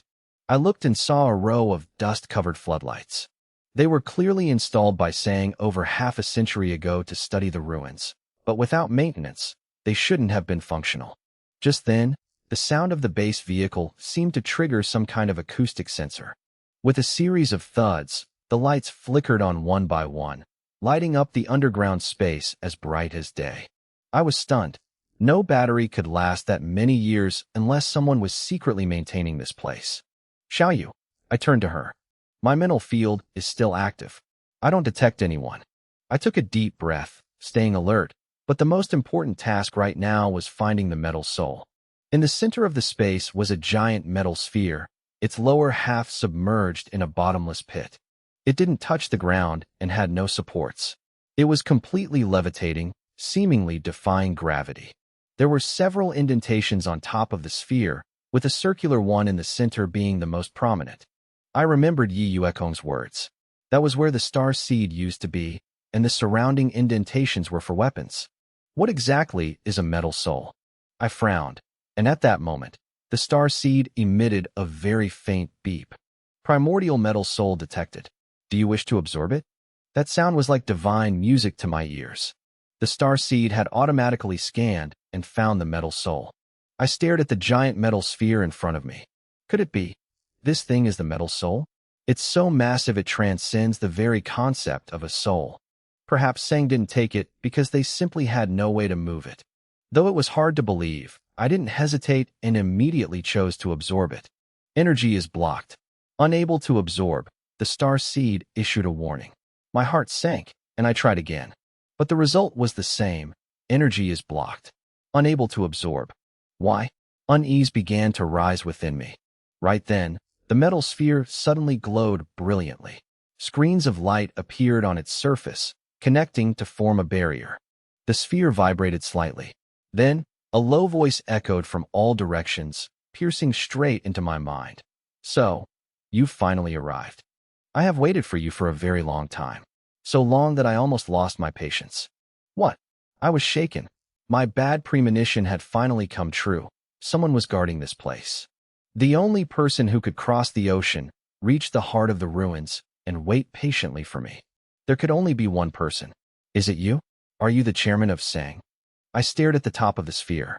The space there suddenly distorted, and a figure gradually appeared. He had been here the whole time. The energy in his body created a field that warped the light around him, completely hiding his form. Even Ren Shiyu's mental field had been pushed back, unable to detect his existence. I sucked in a cold breath. How powerful must his energy be to do that? Human ability alone couldn't achieve this. There was only one possibility. His weapon was on his person. You're not wrong. I am indeed the chairman of Sang. Though this is our first meeting, I've been watching you ever since you killed Shinhai. It's a pity I didn't notice you sooner. If I had, perhaps I wouldn't have had to take so many detours. His voice was full of hidden meaning. His entire body was shrouded in a pale gray mist, making his face impossible to see. My heart felt heavy. There was too much subtext in his words. I didn't know how much he understood about the star seed, but he had likely guessed that I was connected to a secret of the ruins. My gaze turned cold. For this reason alone, we could never coexist. You predicted I would show up at the ruins, so you waited here. That's right. Otherwise, do you think you could have so easily extracted information about the ruins from Shinkue? Heh, that sentence sent a shiver down my spine. I had known the day would come when I'd face the chairman of Sang. Ever since killing Shinhai, I had discovered this organization and gradually understood the origin of the apocalypse. But by then, there was no turning back, especially after killing a counselor. I could no longer hide. Whether he waited for me or I sought him out, the result was the same. This battle was inevitable, and it was going to be incredibly difficult. You're all alone. Quite confident, aren't you? I probed. The chairman chuckled softly. That question alone shows you lack confidence. It's all over now. Though I'm not yet sure what secret you carry, I have a feeling that once I have it, my life will reach ultimate perfection. I will grasp the secret of life and death and become a god. The space around him suddenly warped violently, and cracks appeared in the air. From a black hole, a perfect sphere of darkness flew out and merged directly into his body. Instantly, he transformed. His stature shot up, his clothes turning to ash under the energy flow as the dark energy solidified into black armor. He stood over 3 meters tall, his chest hollowed out, where a demonic hand seemed to be clutching a sphere of black energy. His face was replaced by a cold metal mask, his eyes glowing with a dark, ominous light that felt like a bolt of lightning piercing the soul. Behind him were 2 pairs of massive black wings made of metal feathers as sharp as blades. Just one look was enough to make one's soul feel like it was being torn apart. A weapon. This was the weapon I had heard about for so long. In terms of value, the star seed surely surpassed any weapon, but the danger was that the star seed had lost its battleship body and was only a core. Meanwhile, The weapon the chairman held was nearly a complete entity. This is my combat armor, and also the only weapon Sang ever found. I call it the Cruel Angel, the chairman said. After merging with the weapon, his voice deepened, sounding heavy like clashing metal. This feeling again. I absolutely adore it. Every time I wear this armor, I feel like a god, looking down upon the world and despising all living things. Jiangchun, humans cannot defy the gods. Hand over all your secrets to me. He lunged, charging straight at me with speed so fast, it looked like teleportation. In the blink of an eye, he was right in front of me. A massive hand, twice the size of a normal human's, reached for my throat. Everything happened in a flash. Jiang Zhuiying's heart skipped a beat. The chairman was too strong. His power already far exceeded the other counselors, and now he had merged with a weapon. In that moment of peril, a sword appeared in my hand, blocking the attack. The sword had a strange shape. One side was thick and heavy, while the other was lined with sharp serrations. The ruined sword. This was the weapon I had obtained after killing the head of Sang's Japan branch, Tsukuyami. Since getting the black cube, I always kept it with me, hidden inside. If not for the ruined sword, any other alloy weapon would have been shredded by the chairman's hand. Such power. I gripped the sword with both hands, but the crushing pressure still forced me back step by step. My arms went numb, and my bones felt like they were about to snap. Ever since fully absorbing level 1 and level 2 mutant nuclei and completing my biological evolution, I had almost no rivals in terms of strength. Yet against the chairman, even using both hands on my sword, I couldn't withstand a strike from just one of his hands. Jiangchun, I told you, humans cannot defy the gods. Today, you will be destroyed. As he spoke, the black sphere on his chest erupted with waves of dark energy, like the shadow of death, crashing against my body in waves. My hair stood on end, and my clothes felt like they were being torn to shreds. Brother Jiang. Seeing me pushed to the brink of death, Ren Xiu disregarded everything and expanded her mental field. A beam of green light shot from her forehead, a mental attack. Even knowing the hope was slim, she was determined to fight to the end. At the same time, Xiang Shuahai acted, channeling all her energy into the air in front of her, creating a shockwave that slammed toward the chairman. Such impressive power. Even your women are strong. But that power cannot stop me. The chairman swept his arm, blocking all of Ren Xiu and Xiang Shuahai's attacks. Then, the dark energy exploded, sending a counter-force back along the path of their attacks. Ren Xiu cried out in pain as her body was hit like by a sledgehammer, sent flying into the ground, her face turning deathly pale. Mental attacks are the most dangerous because when they fail, the user is hit by the backlash of their own power. Xiang Shuahai fared no better. She was tossed aside as if hitting an invisible wall of air, slamming into the base vehicle, blood appearing on her forehead. Though they were strong, the chairman had merged with a weapon. All their efforts were in vain. I witnessed it all but could only grit my teeth and hold tight to the ruined sword, resisting the horrific pressure before me. Shiyu. Li Yusin nearly burst into tears. I was in mortal danger, and both Xiang Shuahai and Ren Xiu were severely injured. In the nearly sealed ruins, we had fallen into a life-or-death situation. In that moment, Yusin knew she couldn't help me directly, so she immediately used her healing ability to save Shiyu and Shuahai. The moment the chairman was distracted by the two of them, I roared, and the ruin's sword in my hand exploded with blinding blue light. After absorbing enough level 2 mutant nuclei, if I summoned all my blue light energy, it could gather into a mass as large as a bathtub. Right now, I poured every ounce of energy into the sword, making it shine like a blue sun, blinding anyone who looked at it. What? The chairman was startled. He felt the ruin's sword suddenly turn white-hot as the blue light energy tried to penetrate his weapon armor and flood his body. Die? He threw a punch, but I took the chance and leaped backward. Boom. The punch hit the ground, creating a deep crater, while I was thrown dozens of meters away. Even so, the shockwave sent my internal organs into a violent tremor. Brother. Jiang Zhuiying's eyes were red. Earlier, while I was locked in combat with the chairman, Zhuiying didn't dare use her electricity. But now that I was clear of the fight, her entire body erupted with blinding blue sparks, pouring everything she had into this one strike. Zap! Blue lightning tore through the air, causing every light within 100 meters to explode in a shower of sparks.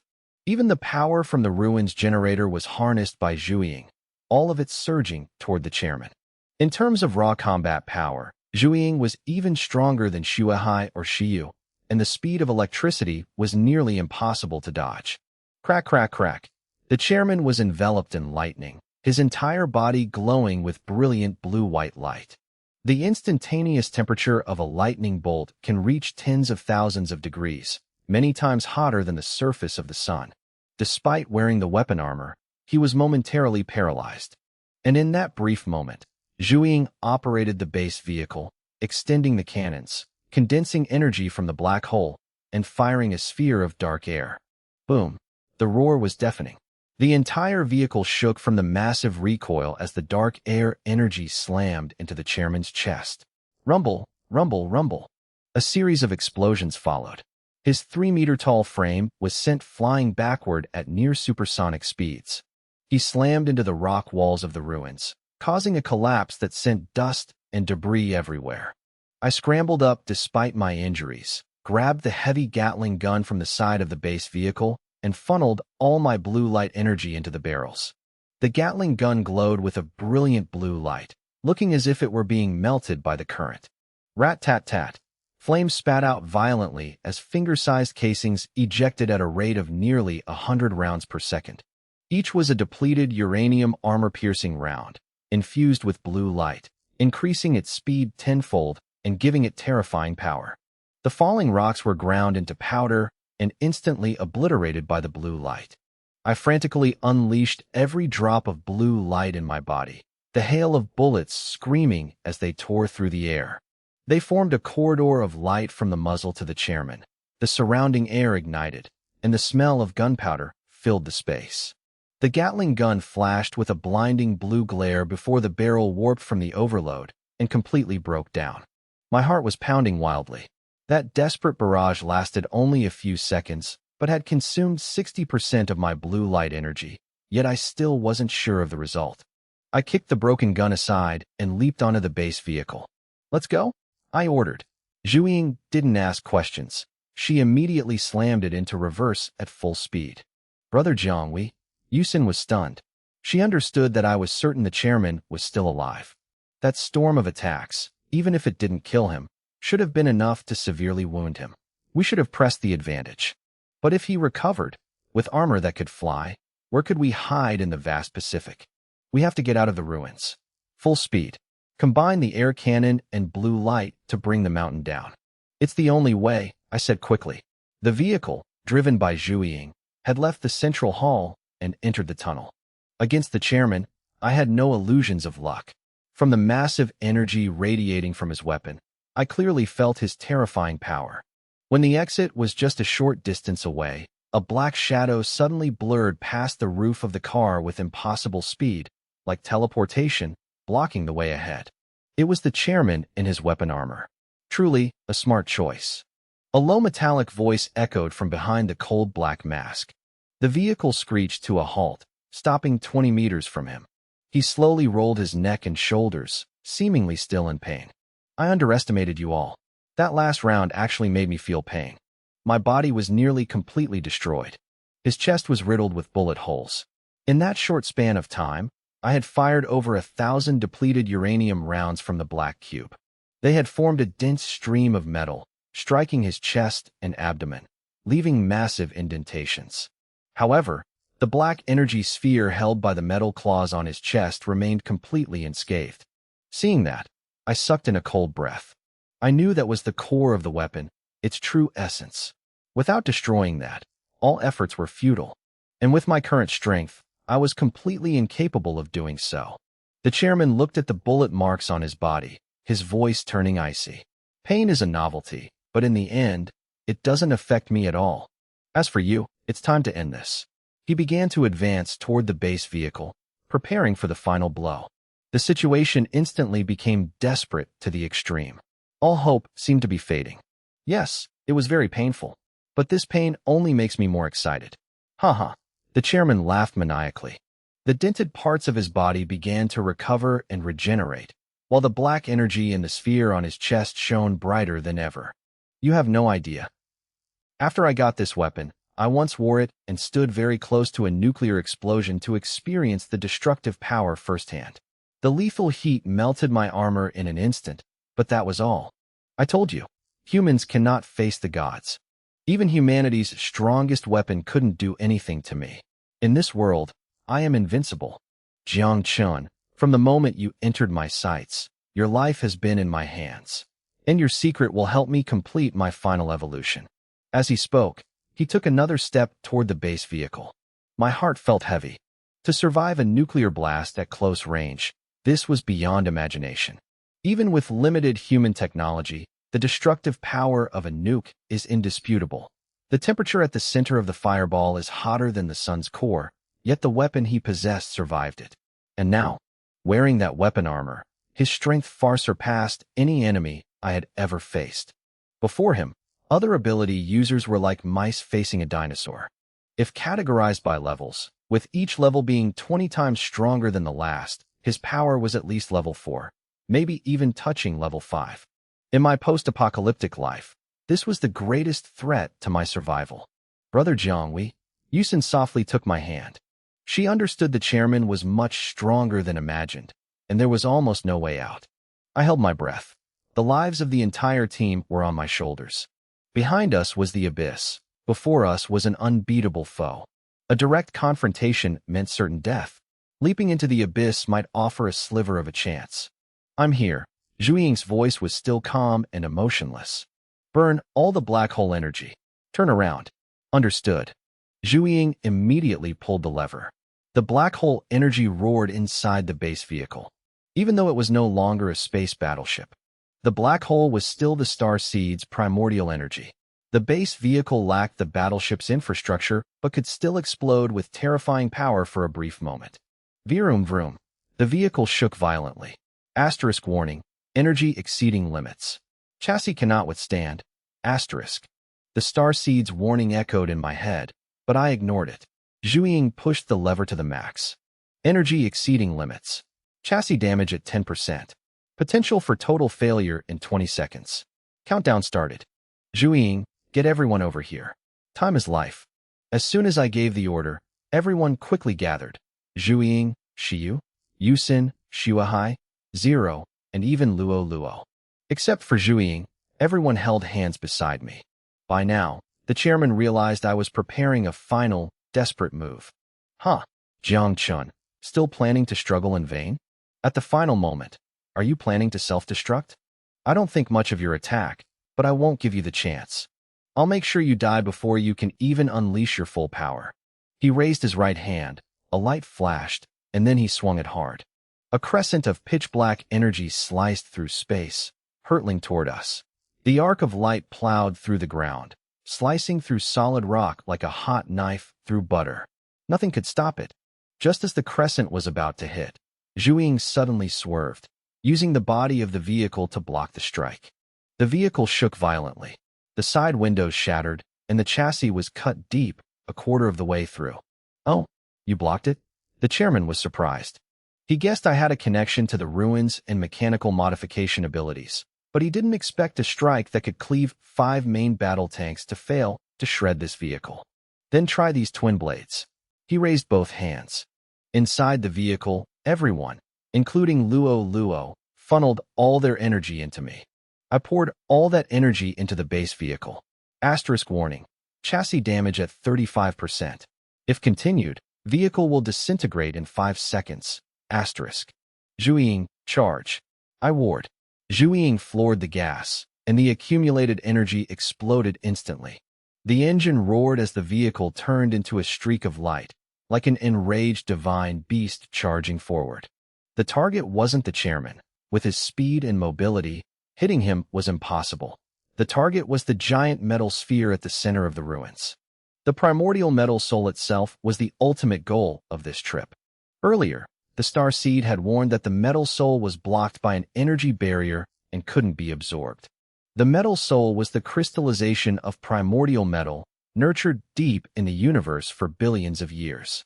It had accumulated boundless energy, and the entity itself was encased in an unbreakable barrier. In this life-or-death situation, I couldn't kill the armored chairman.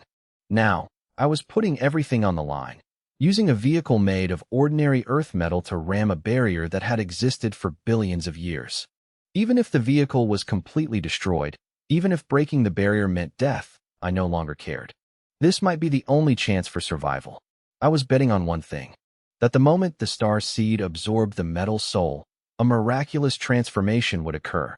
Like a moth to a flame, I decided to risk it all. What is this kid doing?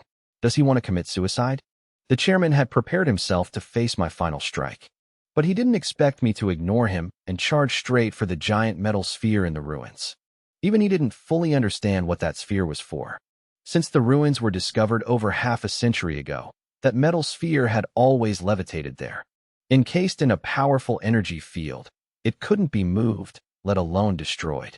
And now I was driving a heavily damaged base vehicle straight into something that couldn't be broken. It was clearly like throwing an egg against a rock, but for some reason, a sense of unease rose in the chairman's heart. Die, he yelled.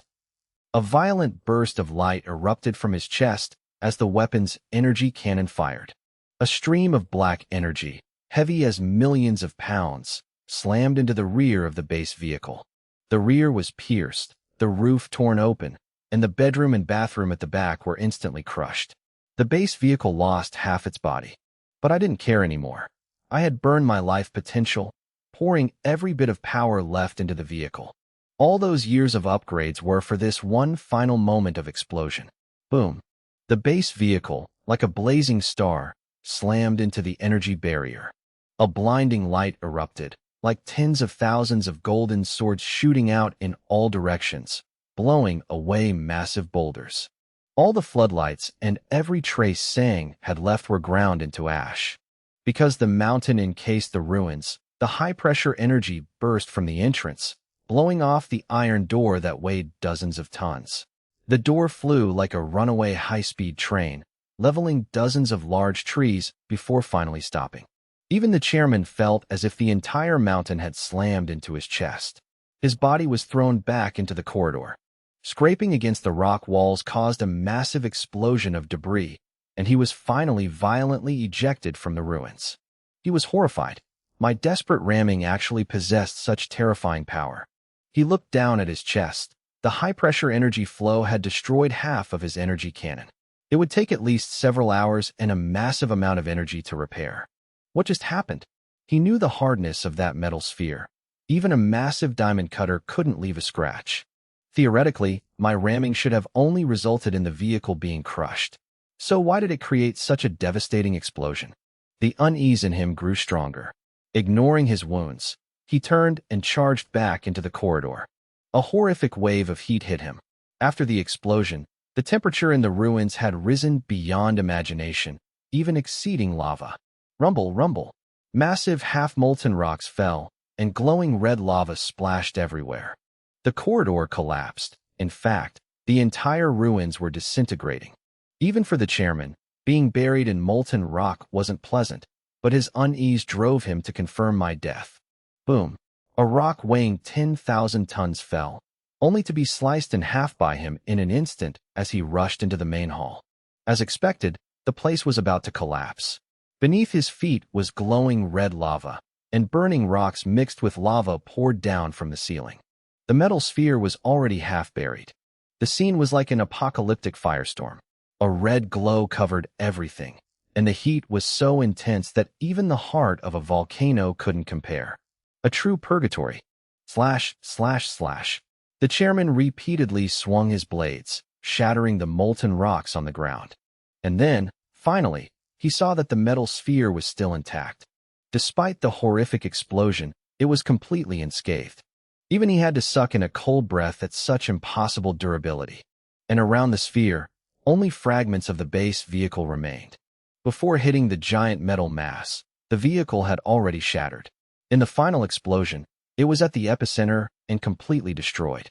The outer shell, dozens of times harder than steel, was shattered into pieces no larger than a palm, some even showing signs of melting. proof of the collision's terrifying force. A body of flesh and blood could not have survived. Still, amidst the falling rocks and fire, the chairman searched for my corpse. He wouldn't be at peace until he saw it with his own eyes. But even after clearing the lava, he couldn't find a single trace of a body. His expression darkened. Theoretically, in such an explosion, a human body would leave no trace, just like those at the center of a nuclear blast, crushed and vaporized in an instant. No flesh, no bone, no clothes. Even metal buttons would vanish. It was vaporization in the literal sense. Not finding a body was normal. No matter how strong my body was, if any piece had remained, it would have been swallowed by the lava. In such chaos, finding a corpse was nearly impossible. Perhaps he really is dead. The chairman suppressed his unease, telling himself he was being too sensitive. That brat. I didn't expect him to self-destruct so thoroughly that not even a bone remains. The secrets he held, have they also vanished into thin air? He let out a heavy sigh, his heart filled with frustration. Despite holding a weapon and being nearly invincible, he still hadn't touched the mystery of life and death to achieve final evolution. Time was still an inescapable enemy. He had hoped to learn something from me, but that hope was now shattered. Seeing the mountain completely collapse and the corridor blocked, the chairman had no choice but to climb out to avoid being buried. Rumble, rumble, rumble. The ground shook violently, like a magnitude 10 earthquake.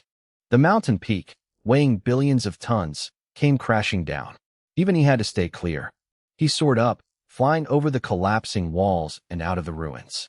The sound of the collapse still echoed across the Pacific. The ground subsided, and seawater began to pour in. Millions of tons of water surged, creating mountain-like waves that flooded the valley. The entire island seemed to be sinking. In just a few dozen minutes, the ruins were swallowed by the sea, and the island sank into a crescent shape. The chairman hovered in the air, his face grim. I was dead, and the ruins were destroyed.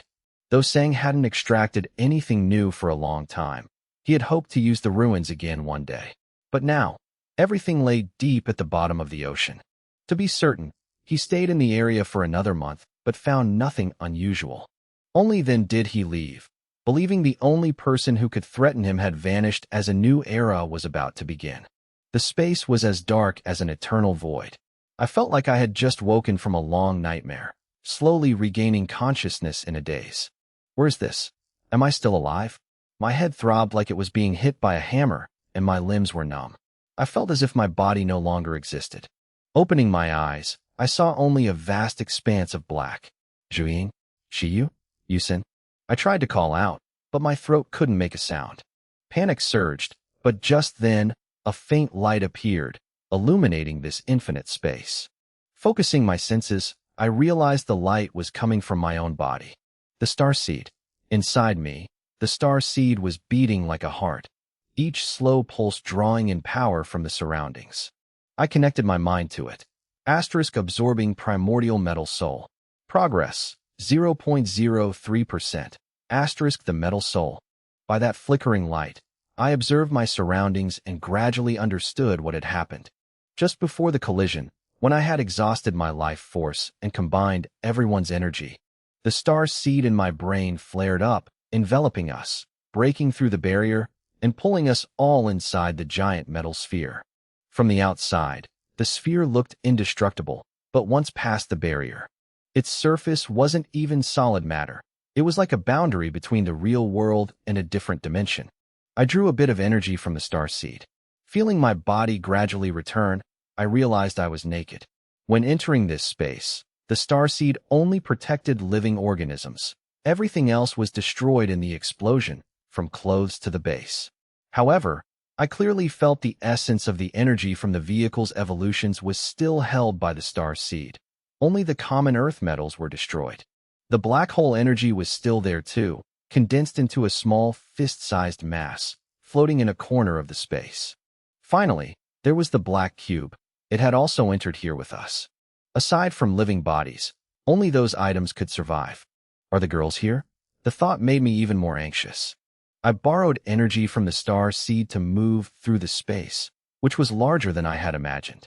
After searching for a while, I finally found the second person, my sister, Zhuying. My heart leaped with joy, but it was immediately followed by extreme embarrassment. When the star seed enveloped us, it only protected living organisms. Because of that, Jiang Zhuiying's clothes had vanished as well. I immediately looked away. Fortunately, her long hair was draped down, covering part of her body. Zhuiying, wake up.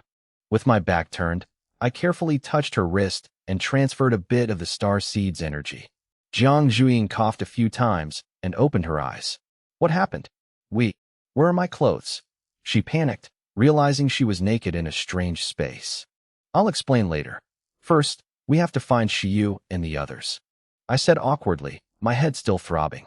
I had no idea where to get clothes. There certainly weren't any in the black cube, and everything else had been destroyed. Could I use the star seed's energy to create clothes?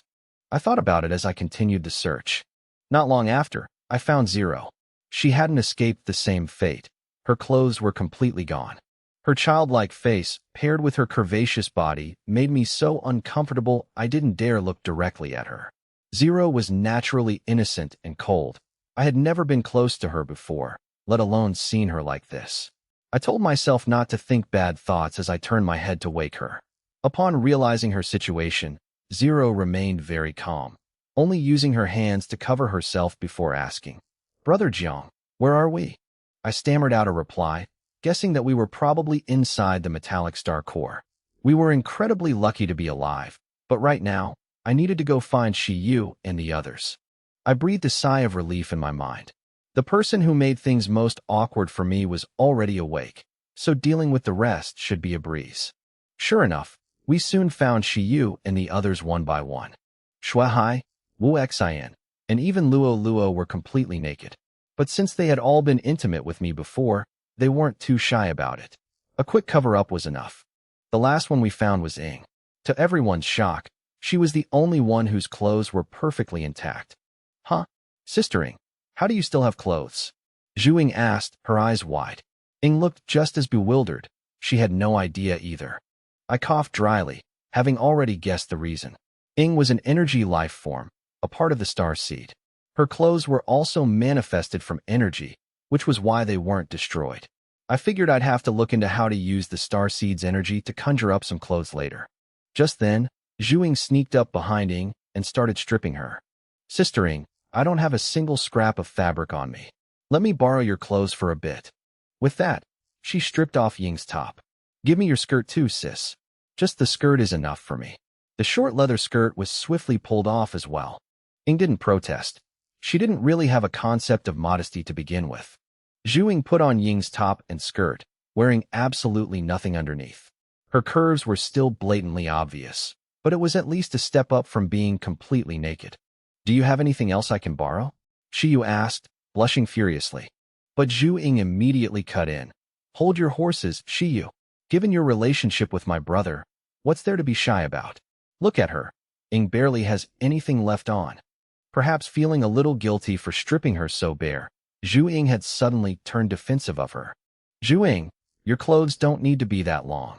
You can just cut them a bit shorter, Wu Xian said with a mischievous giggle. Hey, don't you dare try and snatch my clothes. I worked hard to get these. Zhu Ying clutched her clothes tightly to her chest. Give me your belt. Seeing that she couldn't get anything else, Shuai set her sights directly on the pitiful Ying. The scene in front of me was absolute chaos.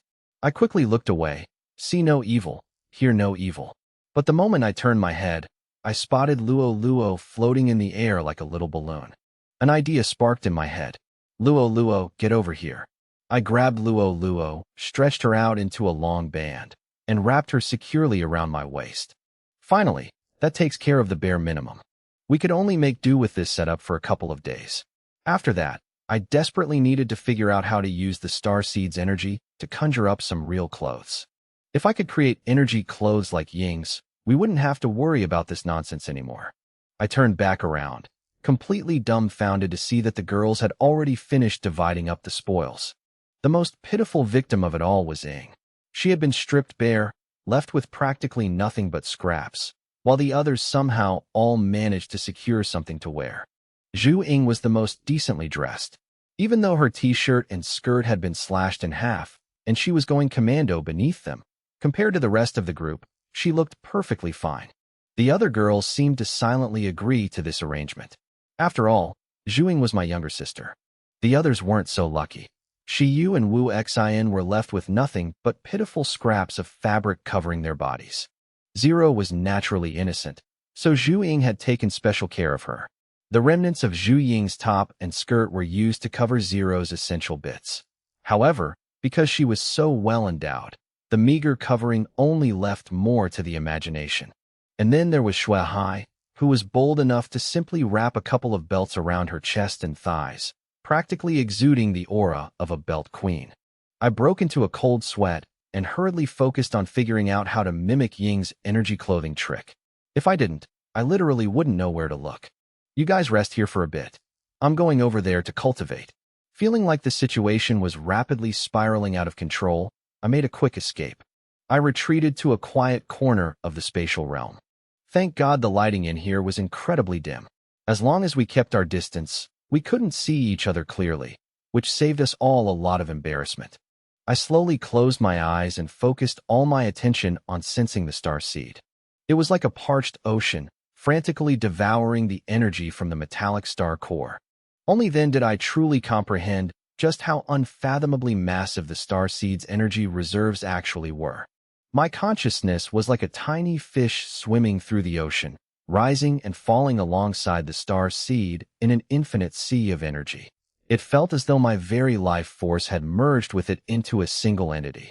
Before entering the star seed, the potent energy from the metallic star core flowed entirely through my body. It surged through my meridians, passively refining and transforming my physical form. I had no idea how much time passed before I gradually slipped into a deep, meditative trance. The star seed drifted out of my body, floating above my head like a brilliant star. It continuously absorbed energy from all directions, radiating a dazzling light that illuminated the entire space. Trapped inside the metallic star core was an unfathomably pure source of energy, accumulated over billions of years. What's going on with my brother? What's that glowing thing above his head? Zhu Ying asked, her curiosity piqued. That is Brother Zhang's power. Ying suddenly spoke up. She was the only one who knew about the existence of the star seed. My brother's power? Zhu Ying blanked. I don't know why, but that light feels incredibly warm. It's like every pore on my body is opening up. Shiyu muttered in wonder. Your life force field is expanding. So is mine. Wu Xin realized in shock that their bodies were passively absorbing the ambient energy. Their physiques were steadily improving, their skin becoming smooth and radiant. They didn't even feel the slightest bit of hunger despite having eaten nothing. Let's move closer to him and cultivate. This is a massive opportunity to get stronger. Ying suggested. Won't it disturb him, though? Zhu Ying asked worriedly. It won't, Ying reassured her. The energy radiating outward is only a tiny fraction of it. No matter how much we absorb, it won't disrupt the star seed's evolution. The girls all nodded, a deep desire for greater strength burning in their eyes. They spread out in a circle around me, forming the shape of a six-pointed star. With the star seed hovering high above, time seemed to come to a standstill. Serving as the conduit between the star seed and the metallic star core, my body underwent continuous refinement. Even Zhu Ying, Shiyu, and the others were deeply nourished by the overflow, their bodies gradually undergoing a complete rebirth. Amidst that process, everyone seemed to drift into a deep slumber. An unknown amount of time later, everyone slowly began to wake up. How long has it been?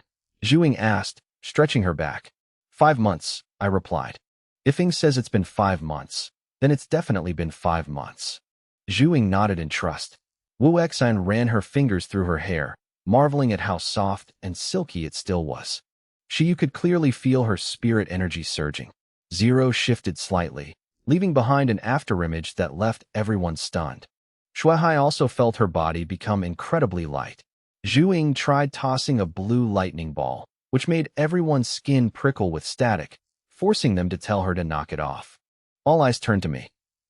I still hadn't woken up, but my body looked significantly stronger and more robust. A faint blue glow shimmered beneath my skin, radiating light with every breath. Brother Zhang's life force, it's so intense, Wu Xian murmured. Right then, a low rumble echoed from my body. A wave of blue light erupted outward, automatically curving to avoid the girls. As the final wave of energy dissipated, my eyelashes fluttered and I opened my eyes. For a split second, a blue light flashed in my pupils before fading away, leaving behind an air of mystery. Brother Jiang, you're awake. Shuai lunged forward to hug me, and Wu Xian wasn't about to be outdone. Shiyu blushed, then shyly squeezed her way into my arms as well. 3 piping hot bodies, clad in practically nothing, clung to me tightly, while I only had Luo wrapped around my waist for cover. Waking up to such an overwhelmingly stimulating scene, I immediately had a reaction. Shuai felt it instantly. Wu Xian and Shiyu caught on a second later, their faces flushing bright red. Ahem, Zhu Ying coughed lightly. Could you guys mind your surroundings a bit? I'm still a child here. I flicked her lightly on the forehead. You're 20 years old. Since when are you a child? Brother Jiang, what's the situation now? Shiyu asked, looking up at the star seed. I checked the absorption progress. Only about 25%. That's way too slow. Li Wuxin couldn't help but blurt out. Honestly, I was just as shocked by the result. It really was too slow. If it kept going at this rate, the starseed's absorption process was going to drag out agonizingly long. But thinking it over, it made sense. The starseed was basically a cosmic battleship. Rebuilding it was never going to be easy. Luckily, thanks to the starseed's energy, we didn't need to eat or drink, yet we never felt hungry. I suddenly mentioned that I could use the energy to make a few things now. The moment the words left my mouth, a stream of blue light materialized in my hand. It shifted and morphed continuously, finally forming into a shimmering, one-piece dress so gorgeous you couldn't take your eyes off it. I looked at Shiyu and told her the dress was her size, so she could have it. As much as I loved admiring the girls' beautiful bodies, I knew Shiyu definitely wasn't comfortable dressed in her previous scraps. Shiyu's eyes widened in delight. She grabbed the dress and ran into a corner to change. When she stepped back out, her long hair cascaded over her shoulders, and her gray eyes glinted with a mystical allure. The dress featured a thigh-high slit, revealing flashes of snow-white skin with every step, and a plunging neckline that showcased her full cleavage. Her smooth, pale skin contrasted with the sparkling blue light of the dress, making her look like an elf stepping straight out of the night. Her face was slightly flushed, her eyes reflecting the ambient light. She slowly walked up to me and softly asked if it was too sexy. I grabbed her hand, pulled her into my arms, and whispered in her ear that it wasn't at all. She looked incredibly beautiful. Then I asked if she liked the dress. Shiyu murmured that she loved it, her body softening even more against mine. I just smiled and said that was good. Honestly, when I made the dress, I deliberately threw in quite a few details that suited my own tastes, just sexy enough without completely hiding her natural beauty. Brother, I want one too. Seeing Shiyu suddenly look so gorgeous, Jiang Zhu Ying wasn't about to lose out. She'd been wearing half a tattered outfit for months now. All right, I replied, letting the star seed's energy envelop Zhu Ying's body.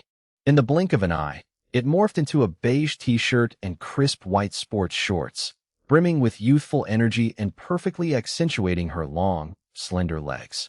Thrilled with her new clothes, Zhu Ying's face lit up, but then she compared herself to Shiyu and pouted, complaining that one looked like a princess while she looked like a student. I gave her a light bop on the head. You act like a kid anyway. Why do you need to dress all fancy? At the same time, I suddenly realized this ability was way more convenient than I'd thought. I could literally custom design outfits for everyone exactly to their preferred style. The Star Seed was likely the legacy of an ancient alien civilization, a place where clothes or battle armor could be conjured with a single thought. And when a civilization reaches a certain level, things can truly be manifested through sheer willpower. Wu Xian, your turn. I rubbed my chin, an unconscious smirk creeping into the corners of my eyes. Just that alone made Li Wuxin feel uneasy. She knew me way too well. She bluntly asked if I was thinking of something perverted. But before she could finish, a beam of white light enveloped her, quickly transforming into a tight dress that accentuated her plump curves, her legs clad in sheer white stockings.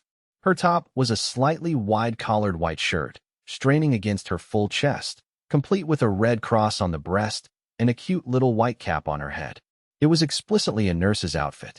Her face crimson, Wu Xian angrily scolded me for going too far, because this was absolutely not a decent nurse's uniform, but a clear product of my own kinky fetishes. I coughed lightly, making the excuse that since she was a medical professional, it suited her perfectly. But Wu Xian immediately shot back, asking if I had ever seen a real-life nurse dressed like this. I scratched my nose awkwardly, confessing that I honestly couldn't remember what real nurses wore. My brain just automatically conjured this up, probably from watching too much weird stuff online. Wu Xian didn't know whether to laugh or cry, while Zhuing snickered mischievously, saying it looked great. Even Shiyu nodded in agreement. Wu Xian pinched Shiyu's waist, feeling both embarrassed and irritated. But seeing everyone laughing and joking around, she knew she couldn't escape it. Besides, it was just us here anyway. Finally, Xiang Shuahai smiled playfully and asked if I could make her a flight attendant uniform, her tone completely relaxed and entirely unashamed. Sure thing. With a request like that, how could I possibly refuse? A dark blue flight attendant uniform instantly materialized, draping perfectly over Xiang Shuahai's body. The outfit itself wasn't revealing at all, but with her spectacular figure, even the standard button-up shirt was stretched taut, putting her incredibly seductive curves on full display. And then there's Zero. I tapped my finger lightly. A ray of black light enveloped Zero, quickly transforming into a long Lolita-style dress, primarily black with white frills, exuding a dark, gothic vibe. Zero already had an innocent face and neat, long black hair. Wearing this dress, she looked like a little dark magic loli straight out of a fantasy world. If she had a few streaks of blood on her face, it probably would have looked even more perfect. Faced with this eccentric outfit, Zero kept her usual stoic expression. To her, as long as she had clothes to wear, the style didn't matter in the slightest. But that very indifference made the outfit suit her all the more perfectly. I couldn't help but marvel. This was an absolute masterpiece. If Zero showed up at a cosplay convention, everyone else might as well pack up and go home, because all eyes would be glued to her. Lastly, there was Ing, with a black leather miniskirt, a cropped white top, and a dagger strapped to her thigh. She looked exactly like Tifa straight out of Final Fantasy. The work was complete, and I was incredibly satisfied. But right at that moment, Zhuing suddenly realized something was off. She muttered, "Wait, is there seriously an ability like this in the apocalypse?" She glared at me suspiciously and bluntly asked if I had these perverted ideas brewing in my head all along. Otherwise, how could I conjure them up the exact moment my ability awakened? She even asked if my desperate thirst was what manifested the power in the first place. I coughed dryly, explaining that I was just trying to make clothes for everyone. I didn't want them walking around half-naked in front of me all day. That was the only reason I researched this ability. Honestly, if we didn't have decent clothes, I wouldn't be able to handle it myself. Zhuing shrugged it off, then asked if we had any way out of here. After all, right now, I was the only one they could rely on. I told her yes, but it would take time. At least over a year. During this time, we didn't need to worry about anything else. We just had to focus entirely on cultivation. Because this space was overflowing with pure energy, of a much higher tier than standard metahuman energy. If they seized this opportunity, their strength would advance by leaps and bounds. Hearing this, everyone nodded firmly. After the battle with the chairman, everyone thirsted for power more than ever. The agonizing feeling of being unable to protect loved ones, of being hunted like prey, was unforgettable. If it hadn't been for me, some of them might not even be alive right now. I told everyone to start cultivating around the star seed's blue light. The azure star seed hung like a solitary star in the endless night, radiating a mystical glow. I didn't know how far the star seed would evolve after this long period of dormancy, but I was looking forward to it, ready to witness it alongside them. Time slipped away silently, like a fleeting shadow. In the past, this phrase was a favorite among teenagers, scribbled on scented stationery to lament the passage of time. But after the apocalypse, they no longer had the luxury to do so. People finally realized that sentimental sighs about time only exist when life is peaceful and happy. When life turns into a living hell, where every single day is a desperate tug of war just to survive and find a bite to eat amidst freezing starvation. Time becomes nothing but a sluggish, agonizing crawl. No one has the mental capacity left to wax poetic about it. 3 years had passed since the dawn of the apocalypse. In those 3 years, the world had undergone earth-shattering changes. The population had plummeted drastically, governments and militaries had collapsed, and no organization was left with the power to enforce the rules. Until a mysterious organization emerged, Genesis. Genesis possessed overwhelming might. Every single member was so powerful that no one dared to cross them. As for their legendary chairman, he was rumored to possess godlike strength, or perhaps he was a god himself. Faced with such absolute power, all resistance crumbled. Many of the strong chose to join Genesis, and over the course of 2 years, Genesis practically conquered the globe. More accurately, there were simply no factions left capable of opposing them. Even the remote regions that Genesis hadn't reached yet posed no threat, gradually being assimilated into their territory. For the first time in human history, an era of total global unification had dawned. But that unification did not equate to peace. Starvation remained rampant. Zombies still roamed everywhere, and the mutated beasts proved impossible to eradicate. Under such circumstances, the ugliness of human nature was completely laid bare. Exploitation, robbery, and the oppression of the weak happened everywhere. For the vast majority, the world hadn't actually changed much, might still made right. The strong continued to live in luxury, as long as they didn't rebel against Genesis, while the weak could only scrape by in misery. Even Genesis couldn't solve these problems, or perhaps they just had no intention of doing so. But Genesis did accomplish one thing. They established 4 massive safe zones across the globe. One in America, one in Europe, one in Africa, and one in China. These safe zones were known as base cities. At their core, they were self-sufficient megacities, complete with their own industrial, agricultural, and technological systems. China's base city encompassed the Jiangbei and Shanghai regions. Outside the safe zones, Genesis drafted a massive labor force, utilizing Earth-type awakened to construct a colossal wall stretching thousands of kilometers. Inside the base cities, there were no zombies and no mutated beasts. At the very least, human lives were guaranteed to a certain extent. Furthermore, Genesis expanded agricultural zones, built power plants, factories, and pharmaceutical facilities. They even set up a localized intranet, allowing those in power to enjoy the sheer luxury of internet access, something that had become a myth in the apocalypse. Constructing all of this was a monumental undertaking. Every citizen who entered the safe zone had to endure grueling physical labor just to exchange for a meager ration of food. Even so, the mere absence of mutated beasts and zombies was enough to make countless starving refugees flock to the base cities, just hoping to live to see another day. In the apocalypse, malnourished and frail refugees were incredibly prone to dying from the grueling heavy labor. When the Great Wall of China was built in ancient times, countless skeletons were buried beneath its foundations.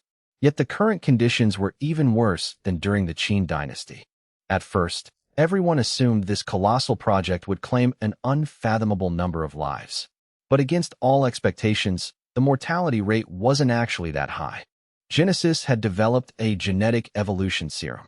Every laborer involved in the construction was given a free, one-time injection of a low-grade variant. With just one small vial, the death rate plummeted to under 3%. Almost overnight, the genetic evolution serum sparked an absolute frenzy. People gradually realized that Genesis had mastered hyper-advanced biological modification technology. They could mass-produce genetic evolution serums without needing to rely on mutant crystals, directly reinforcing the human body.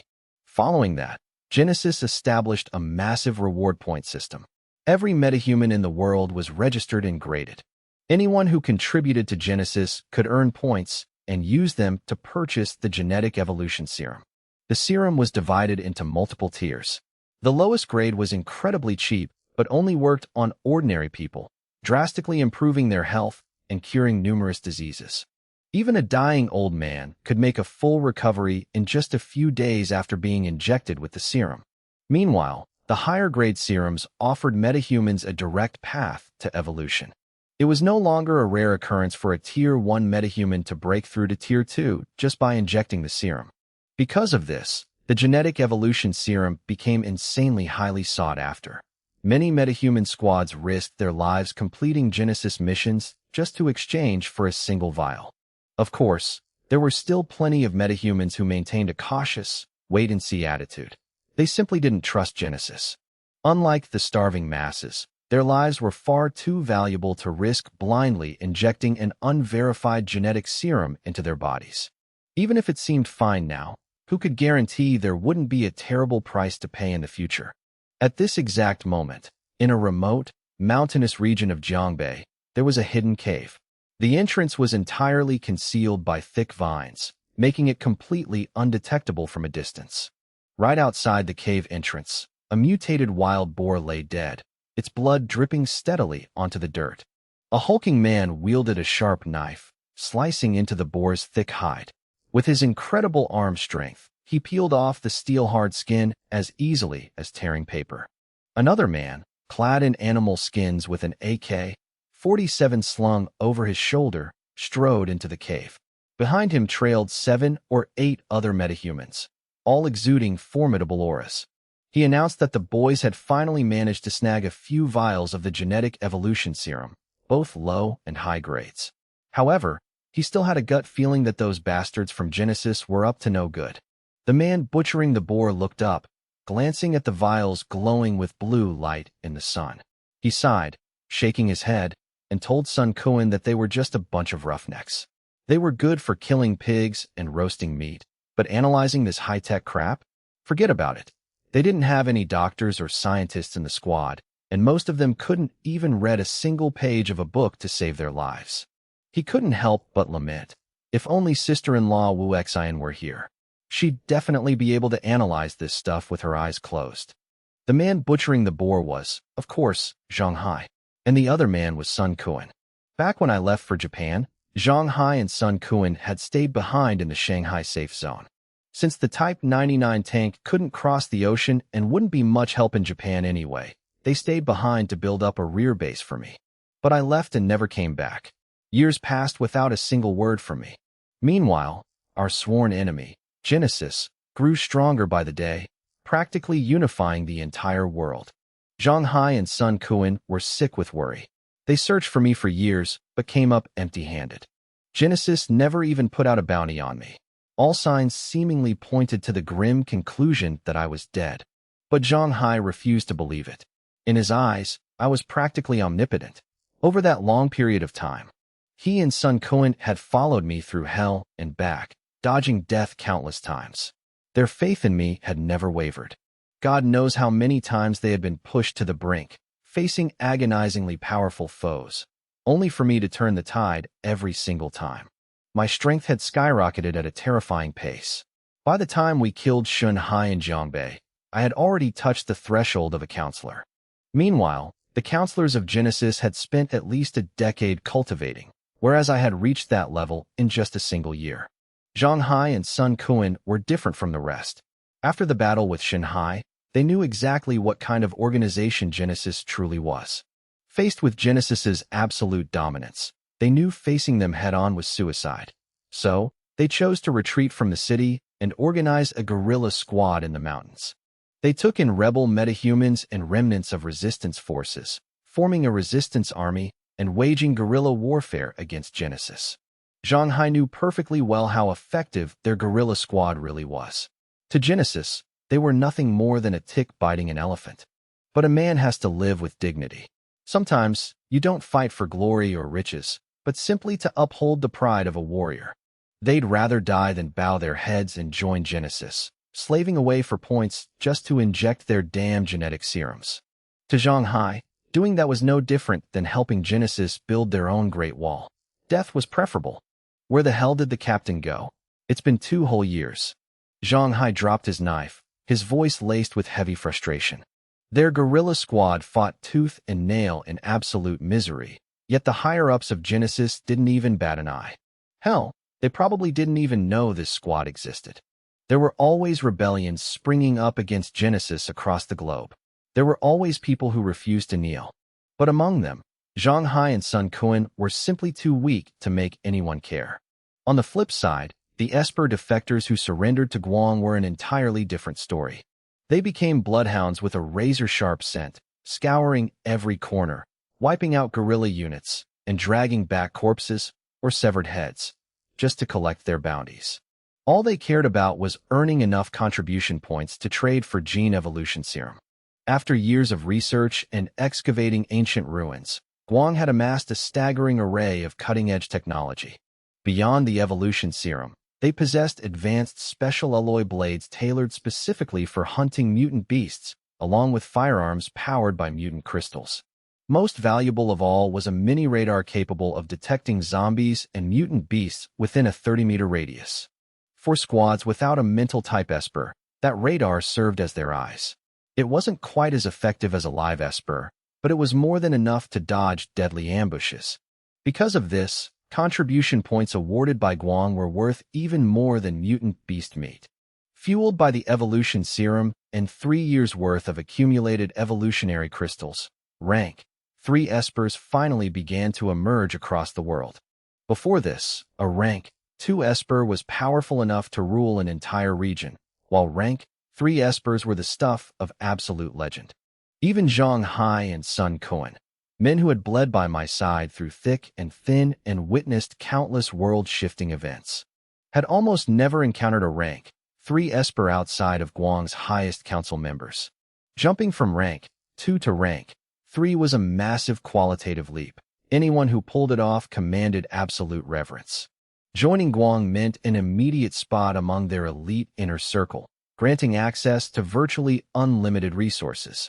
Word quickly spread that the gene evolution serum could help peak rank 2 Espers break through their power bottlenecks. Once that got out, even the most skeptical couldn't resist the lure of ultimate power, recklessly risking their lives to farm points for the serum.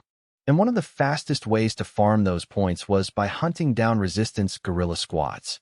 Under the command of Guang's core combat agents, mercenary Espers joined the massacres, taking home points based on their body counts. The guerrilla unit led by Zhang Hai and Sun Kuan was currently trapped in the crosshairs of one of these relentless purges.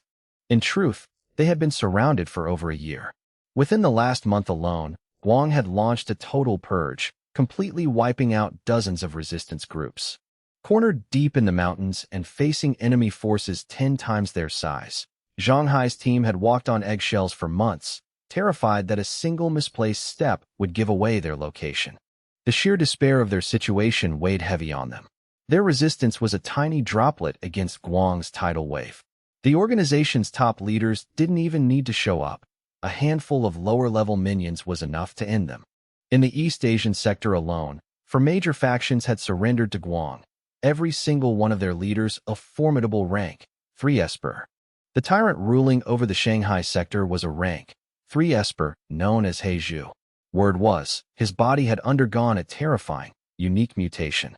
He possessed the power of assimilation, absorbing mutant beasts and making them part of his own physical body, an ability unheard of before the apocalypse. Zhang Hai didn't even dare picture facing He Zhu in battle. Against a monster like that, his squad didn't stand a snow's chance in hell. Meanwhile, out across the vast expanse of the Pacific Ocean, the waters near the equator were breeding the most brutal storms on Earth. Scorching sunlight and fierce oceanic evaporation fueled relentless, monstrous weather.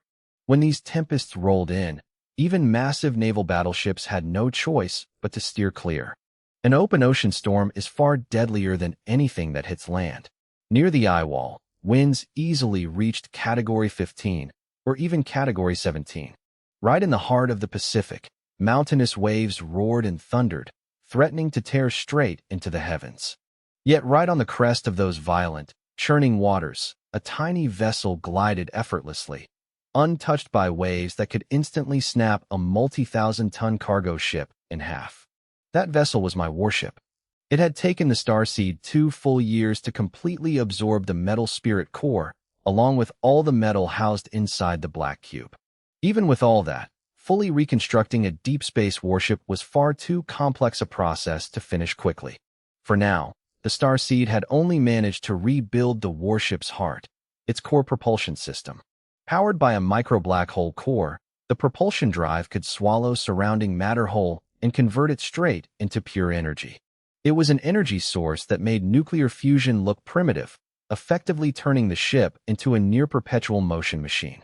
Back when it was installed in my base vehicle, structural and material limitations bottlenecked the engine's output. But those days were over. Forged entirely from raw metal spirit core, the central engine's energy conversion rate now exceeded 90%. Still, an engine alone wasn't enough. A true spatial warship needed a main hull to channel all that power into raw combat capability. Until the warship was fully constructed, I needed a transitional form, and the quickest way to get one was by scanning a blueprint. That took mere hours, saving us from building a vessel from the ground up. Brother Jiang, we're approaching Japan. About 800 nautical miles out, Chiyu reported. I gave a quick nod. After 2 years of intense training, Chiyu had basically transformed into an ultra-long-range human radar. Her sensory range stretched across hundreds of kilometers, and if focused into a single directional beam, it could reach up to 2,000 kilometers. With power like that, she wasn't just tracking zombies, she was our navigator. Crossing the entire Pacific, we barely had to glance at magnetic positioning systems. Chiyu continued, "We'll be clear of the storm soon. Japanese waters lie directly ahead, and we'll touch down near the U.S. military base." I nodded. I had picked that landing point with painstaking care. But then Chiyu froze, her voice tightening. "Wait, something's wrong at the U.S. base. The original base looks completely wiped out, and a new safe zone has been established over the ruins." She could sense all of that from hundreds of kilometers away. I couldn't help but frown in surprise. Even with only a few thousand personnel, that base had been armed with top-tier military technology. What force on Earth was capable of turning a place like that to ash? There was probably only one answer: Guam. Half an hour later, I no longer needed Chiyu to guide the way. A massive, metallic monster was already looming right in front of us, anchored offshore, an aircraft carrier. Within 10 seconds, the starseed notified me that the warship scan was complete and asked me to select a replication method. A basic 1:1 replication would take 5 seconds. Replication with basic upgrades would take 20 minutes. A perfect upgraded replication would take 10 hours. Mentally linked with the starseed, I instantly understood the differences. A basic replication would just recreate the Ford-class aircraft carrier exactly as it was. That was far too basic and nowhere near enough for me. Replication with basic upgrades meant enhancing the core systems, like the engines, radar, and self-defense weapons. A perfect upgraded replication, however, meant using the current model as a foundation and completely overhauling it from the inside out. It wouldn't just upgrade the core systems, it would reforge the hull and framework by integrating the origin metal. In short, the aircraft carrier would be completely upgraded using the Starseed's technology. Meanwhile, the reconstruction of the spatial warship would continue running in parallel. Compared to the distant goal of fully rebuilding the spatial warship, spending 10 hours to perfectly upgrade the aircraft carrier was clearly the most practical choice. I made my decision immediately. I selected the perfect upgraded replication and initiated the process. The Starseed's light instantly enveloped the entire Ford-class carrier. The origin metal liquefied, flowing from the black cube into the ship's hull like veins of liquid silver. Since the spatial warship's reconstruction was happening inside the black cube's internal dimension, it didn't interfere with this upgrade at all. I even started to suspect that the black cube was originally designed to house the spatial warship. Once complete, I could probably store the entire ship inside that pocket dimension and carry it with me anywhere. Right then, Chiyu suddenly sent out a warning. Someone was coming. Just as the Starseed began absorbing the aircraft carrier, Chiyu spoke up. Her mental sensory range covered a full 360 degrees. Not even enemies hiding underground could escape her notice. "Oh," I murmured, my interest piqued. I waited calmly. Soon enough, a few black dots appeared in the sky. 5 heavily armed helicopter gunships. In the apocalypse, any faction that could still operate attack helicopters was anything but ordinary. The door of one helicopter slid open. A screen of light projected downward, and a man cloaked in black stepped out. He walked down the light projection as if strolling along a glowing golden path. The sight caught me slightly off guard. Using constructs of light to walk through thin air was a novel trick. On top of that, this man's power was immense. Compared to the espers I had encountered 2 years ago, no one could match him, save for the council members of Guam. I noticed this group was a mix of ethnicities, seemingly drawn from all over the world. On their chests, they all bore the same insignia, a flawless black sphere wreathed in purple lightning. That imagery instantly reminded me of my own weapon. When it appeared, it was also a black sphere, and when it transformed into armor, it rested on my chest, surrounded by purple lightning. There was no doubt about it. These were Guang's people. It made perfect sense that the U.S. military base had fallen into their hands. No matter how well-equipped and well-supplied the U.S. forces were, in the eyes of Guang, they were just a fat piece of meat. "So it's them," a voice rang out in Japanese. I furrowed my brow as another figure stepped out of the helicopter, also walking on the mid-air light bridge. It took me a moment to recognize him. It was the Japanese swordsman who had once put on a flashy sword display at the U.S. base. The guy Chu Ying had smashed in the face with a durian. The man in the black cloak asked him in English if he knew us. The Japanese swordsman gritted his teeth. 2 years ago, they came here and stole our mutant crystals. They tricked me and even defeated Jonathan. Chu Ying burst out laughing. If you hadn't brought it up, I would have completely forgotten. She then needled him directly. "Aren't you that fruit ninja wannabe? The one I tricked by throwing a durian at your face?" Hitting right at his sore spot, the Japanese swordsman's face twisted into an ugly scowl. He roared that we were going to pay a heavy price. He arrogantly declared that Jonathan was no longer the master of this place, that we were going to die a miserable death, and that we had no idea what true power looked like. Chu Ying sneered. "So you betrayed Jonathan and rolled over for a new master?" The Japanese swordsman glared at her, furious enough that his eyes could kill. From start to finish, she hadn't stopped humiliating him. That durian from 2 years ago was still the most shameful memory of his entire life. He spat through gritted teeth that we were wildly overestimating ourselves. We were completely surrounded and facing Guang, the organization that ruled the world. Before them, we were nothing but insignificant ants. As he ranted, more people disembarked from the helicopters, over 30 in total. Not a single one of them was weak. The weapons in their hands were all high-tech gear manufactured by Guang. A lineup like this could have completely swept the board 2 years ago. Pointing a finger at us, the Japanese swordsman told the cloaked man that we were extremely strong and asked him to take the lead, but insisted he wanted to kill the woman with his own 2 hands. X nodded and agreed. Chu Ying looked at him with sheer contempt, laughing. "Just you? How pathetic." Furious, he barked, "What does a bitch like you know? I've grown leaps and bounds over the last 2 years, and I'm going to make you suffer a humiliation no woman could ever endure." As he spoke, he drew his sword. The blade was pitch black, and the moment it left its scabbard, it seemed to swallow the surrounding light. I stared at the sword, genuinely surprised. Ever since the star seed had absorbed the origin metal, my sensitivity to metallic materials had skyrocketed. I could sense that it was no ordinary alloy. That black metal wasn't just incredibly durable, it also pulsed with a faint, underlying energy. The Japanese swordsman laughed maniacally. "You noticed? That's right. This is the sword I traded a massive amount of points for from the organization. It's called Black Light. Even without using an Esper ability, it can slice through iron like it's mud." He admired the weapon in his hand. His Esper ability centered on swordsmanship, so even a regular steel blade was enough to slice through solid metal, let alone a divine weapon like this.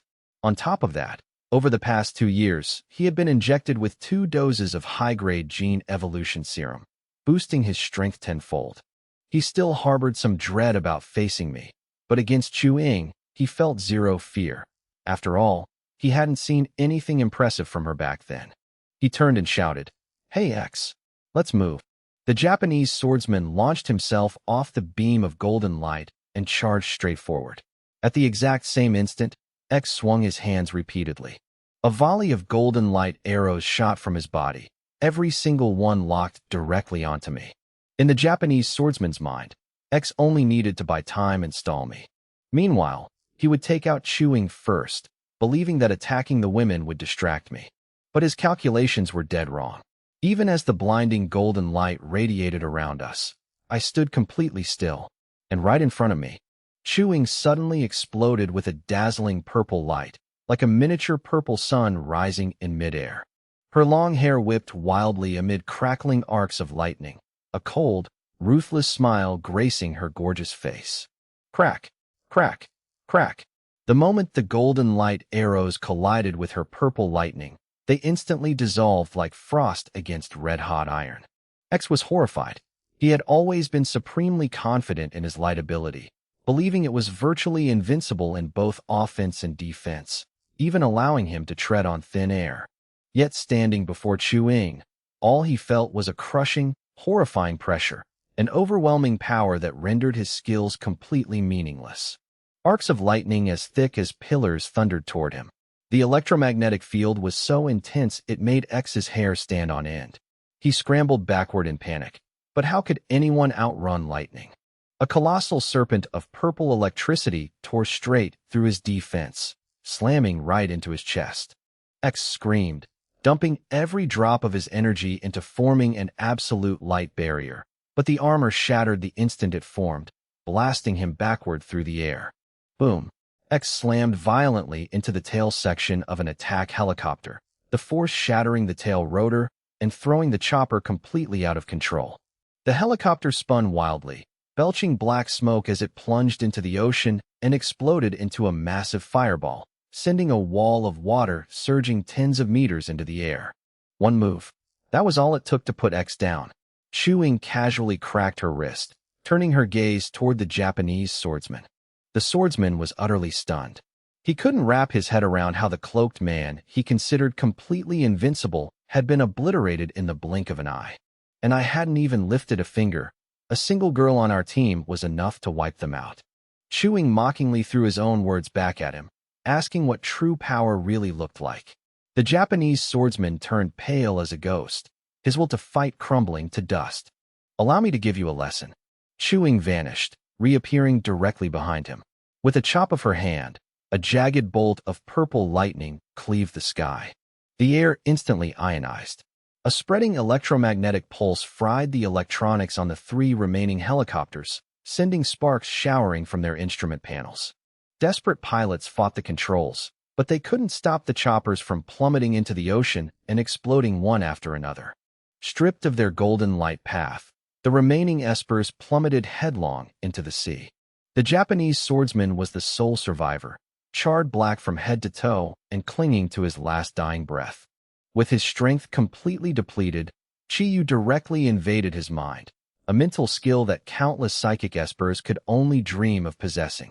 The swordsman's mental defenses were as fragile as a soap bubble, shattering instantly as 2 full years of his memories flooded into Chi-Yu's consciousness. Seeing the heinous atrocities he had committed, Chi-Yu showed no mercy.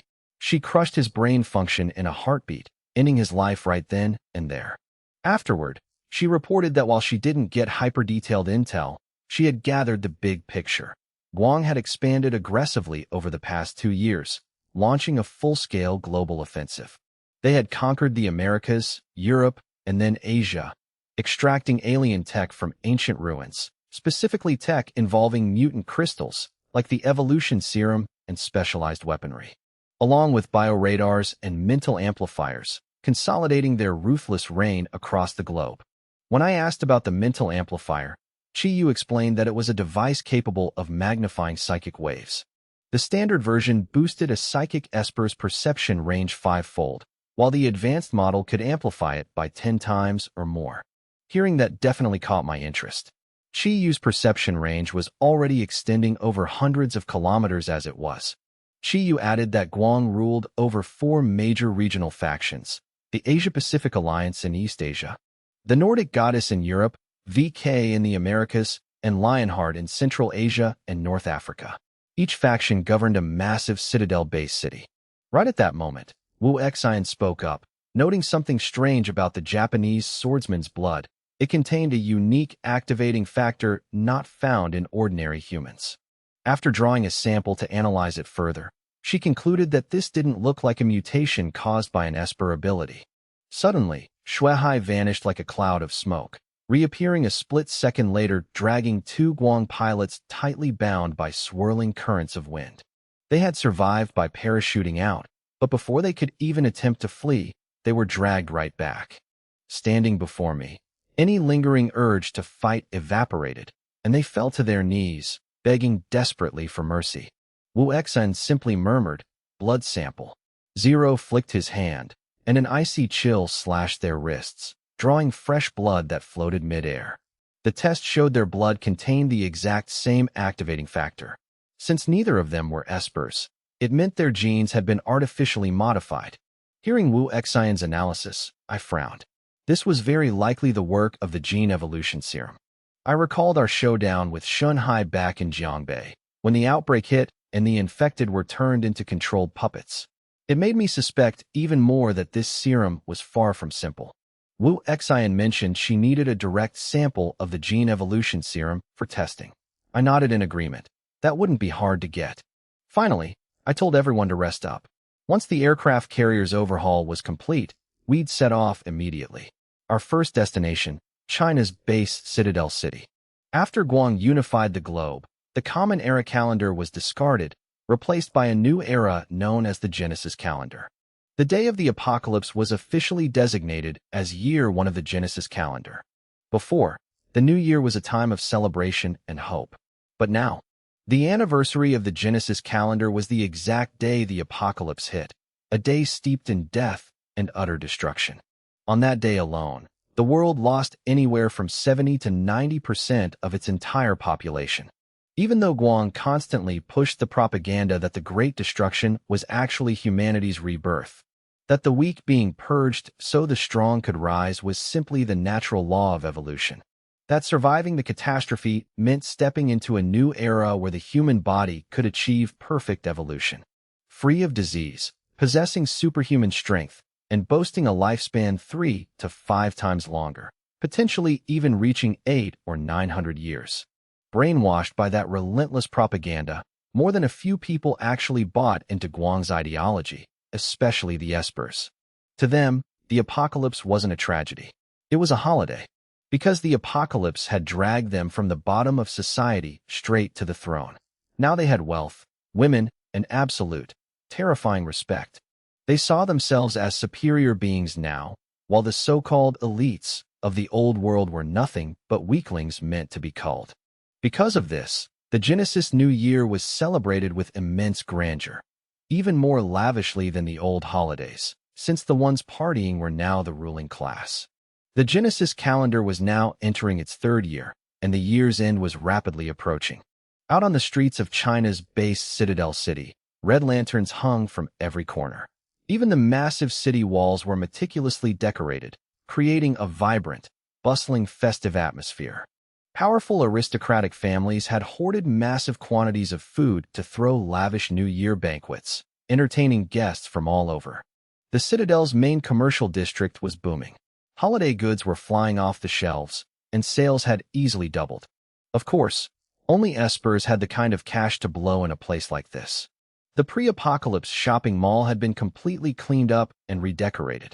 It was so dazzling that if you just strolled through, watching the sharply dressed espers and beautiful women, you'd almost think the apocalypse was just a bad dream. But that illusion shattered the second your eyes fell on the cold, lethal weapons strapped to their waists. "Brother, this place is packed," Chewing said, looking around. They were selling everything under the sun, from food, clothes, and jewelry to weapons, and even smartphones and laptops. Since the city had a functioning power plant, electricity, once an unimaginable luxury, was now a reality for the wealthy elite. The internet wasn't fully back up, of course, but playing single-player games worked just fine. I nodded. It really is. 3 years into the apocalypse, so much had changed, but the ordinary citizens were still suffering just as much as ever. When we passed through the slums, a sector that took up only 30% of the city's landmass but housed 95% of its population, the sights were grim. Ramshackle roofs that looked like they'd cave in from a single heavy downpour, narrow, muddy alleyways, and trash strewn everywhere. It was a level of absolute poverty where even the flies would starve to death. Yet it was those very same people who had built China's base Citadel City with their bare hands, serving as the bloody foundation for the glamorous inner sectors. I told Chuing to buy whatever caught her eye. Ever since the apocalypse hit, even though the girls had lived comfortably in the base vehicle, our journey had been paved with nothing but blood and slaughter, completely devoid of life's simple pleasures. Chuing shook her head. She knew Guang was definitely pulling the strings behind these shops, and she refused to give them a single dime. Then, she suddenly pointed toward a massive, circular building at the edge of the central district. She said she could sense a massive surge of Esper energy coming from inside. I followed her gaze. Chiyu just gave it a quick mental sweep and instantly figured it out. It looks like an Esper guild, she noted. A place where they probably trade that gene evolution serum. I raised an eyebrow. Let's go take a look. We stepped into the Esper guild. The massive, 10-meter-tall metal doors were heavily embossed with Guang's insignia, an energy sphere wreathed in black lightning. Inside was a sprawling grand hall. Right in the center hung a massive digital display board scrolling through a list of missions and their respective point bounties. After completing missions, Esper squads could cash in their points at the counters in the back for supplies, including the gene evolution serum. Let's scrounge up some points and buy a few vials of that serum for Wu Xian to analyze, I said, my eyes skimming the digital board. I was just casually browsing at first, but when my gaze locked onto one particular mission, my expression instantly darkened. Rank A mission, eradicate the Sure Ing bandit gang. Reward, 10,000 points for total annihilation. Alternatively, 1,000 points for the head of Leader Hai Long, and 800 points for Leader Kuan. The moment I read the name, Sure Ing bandit gang, a heavy, sickening feeling sank like a stone in my gut.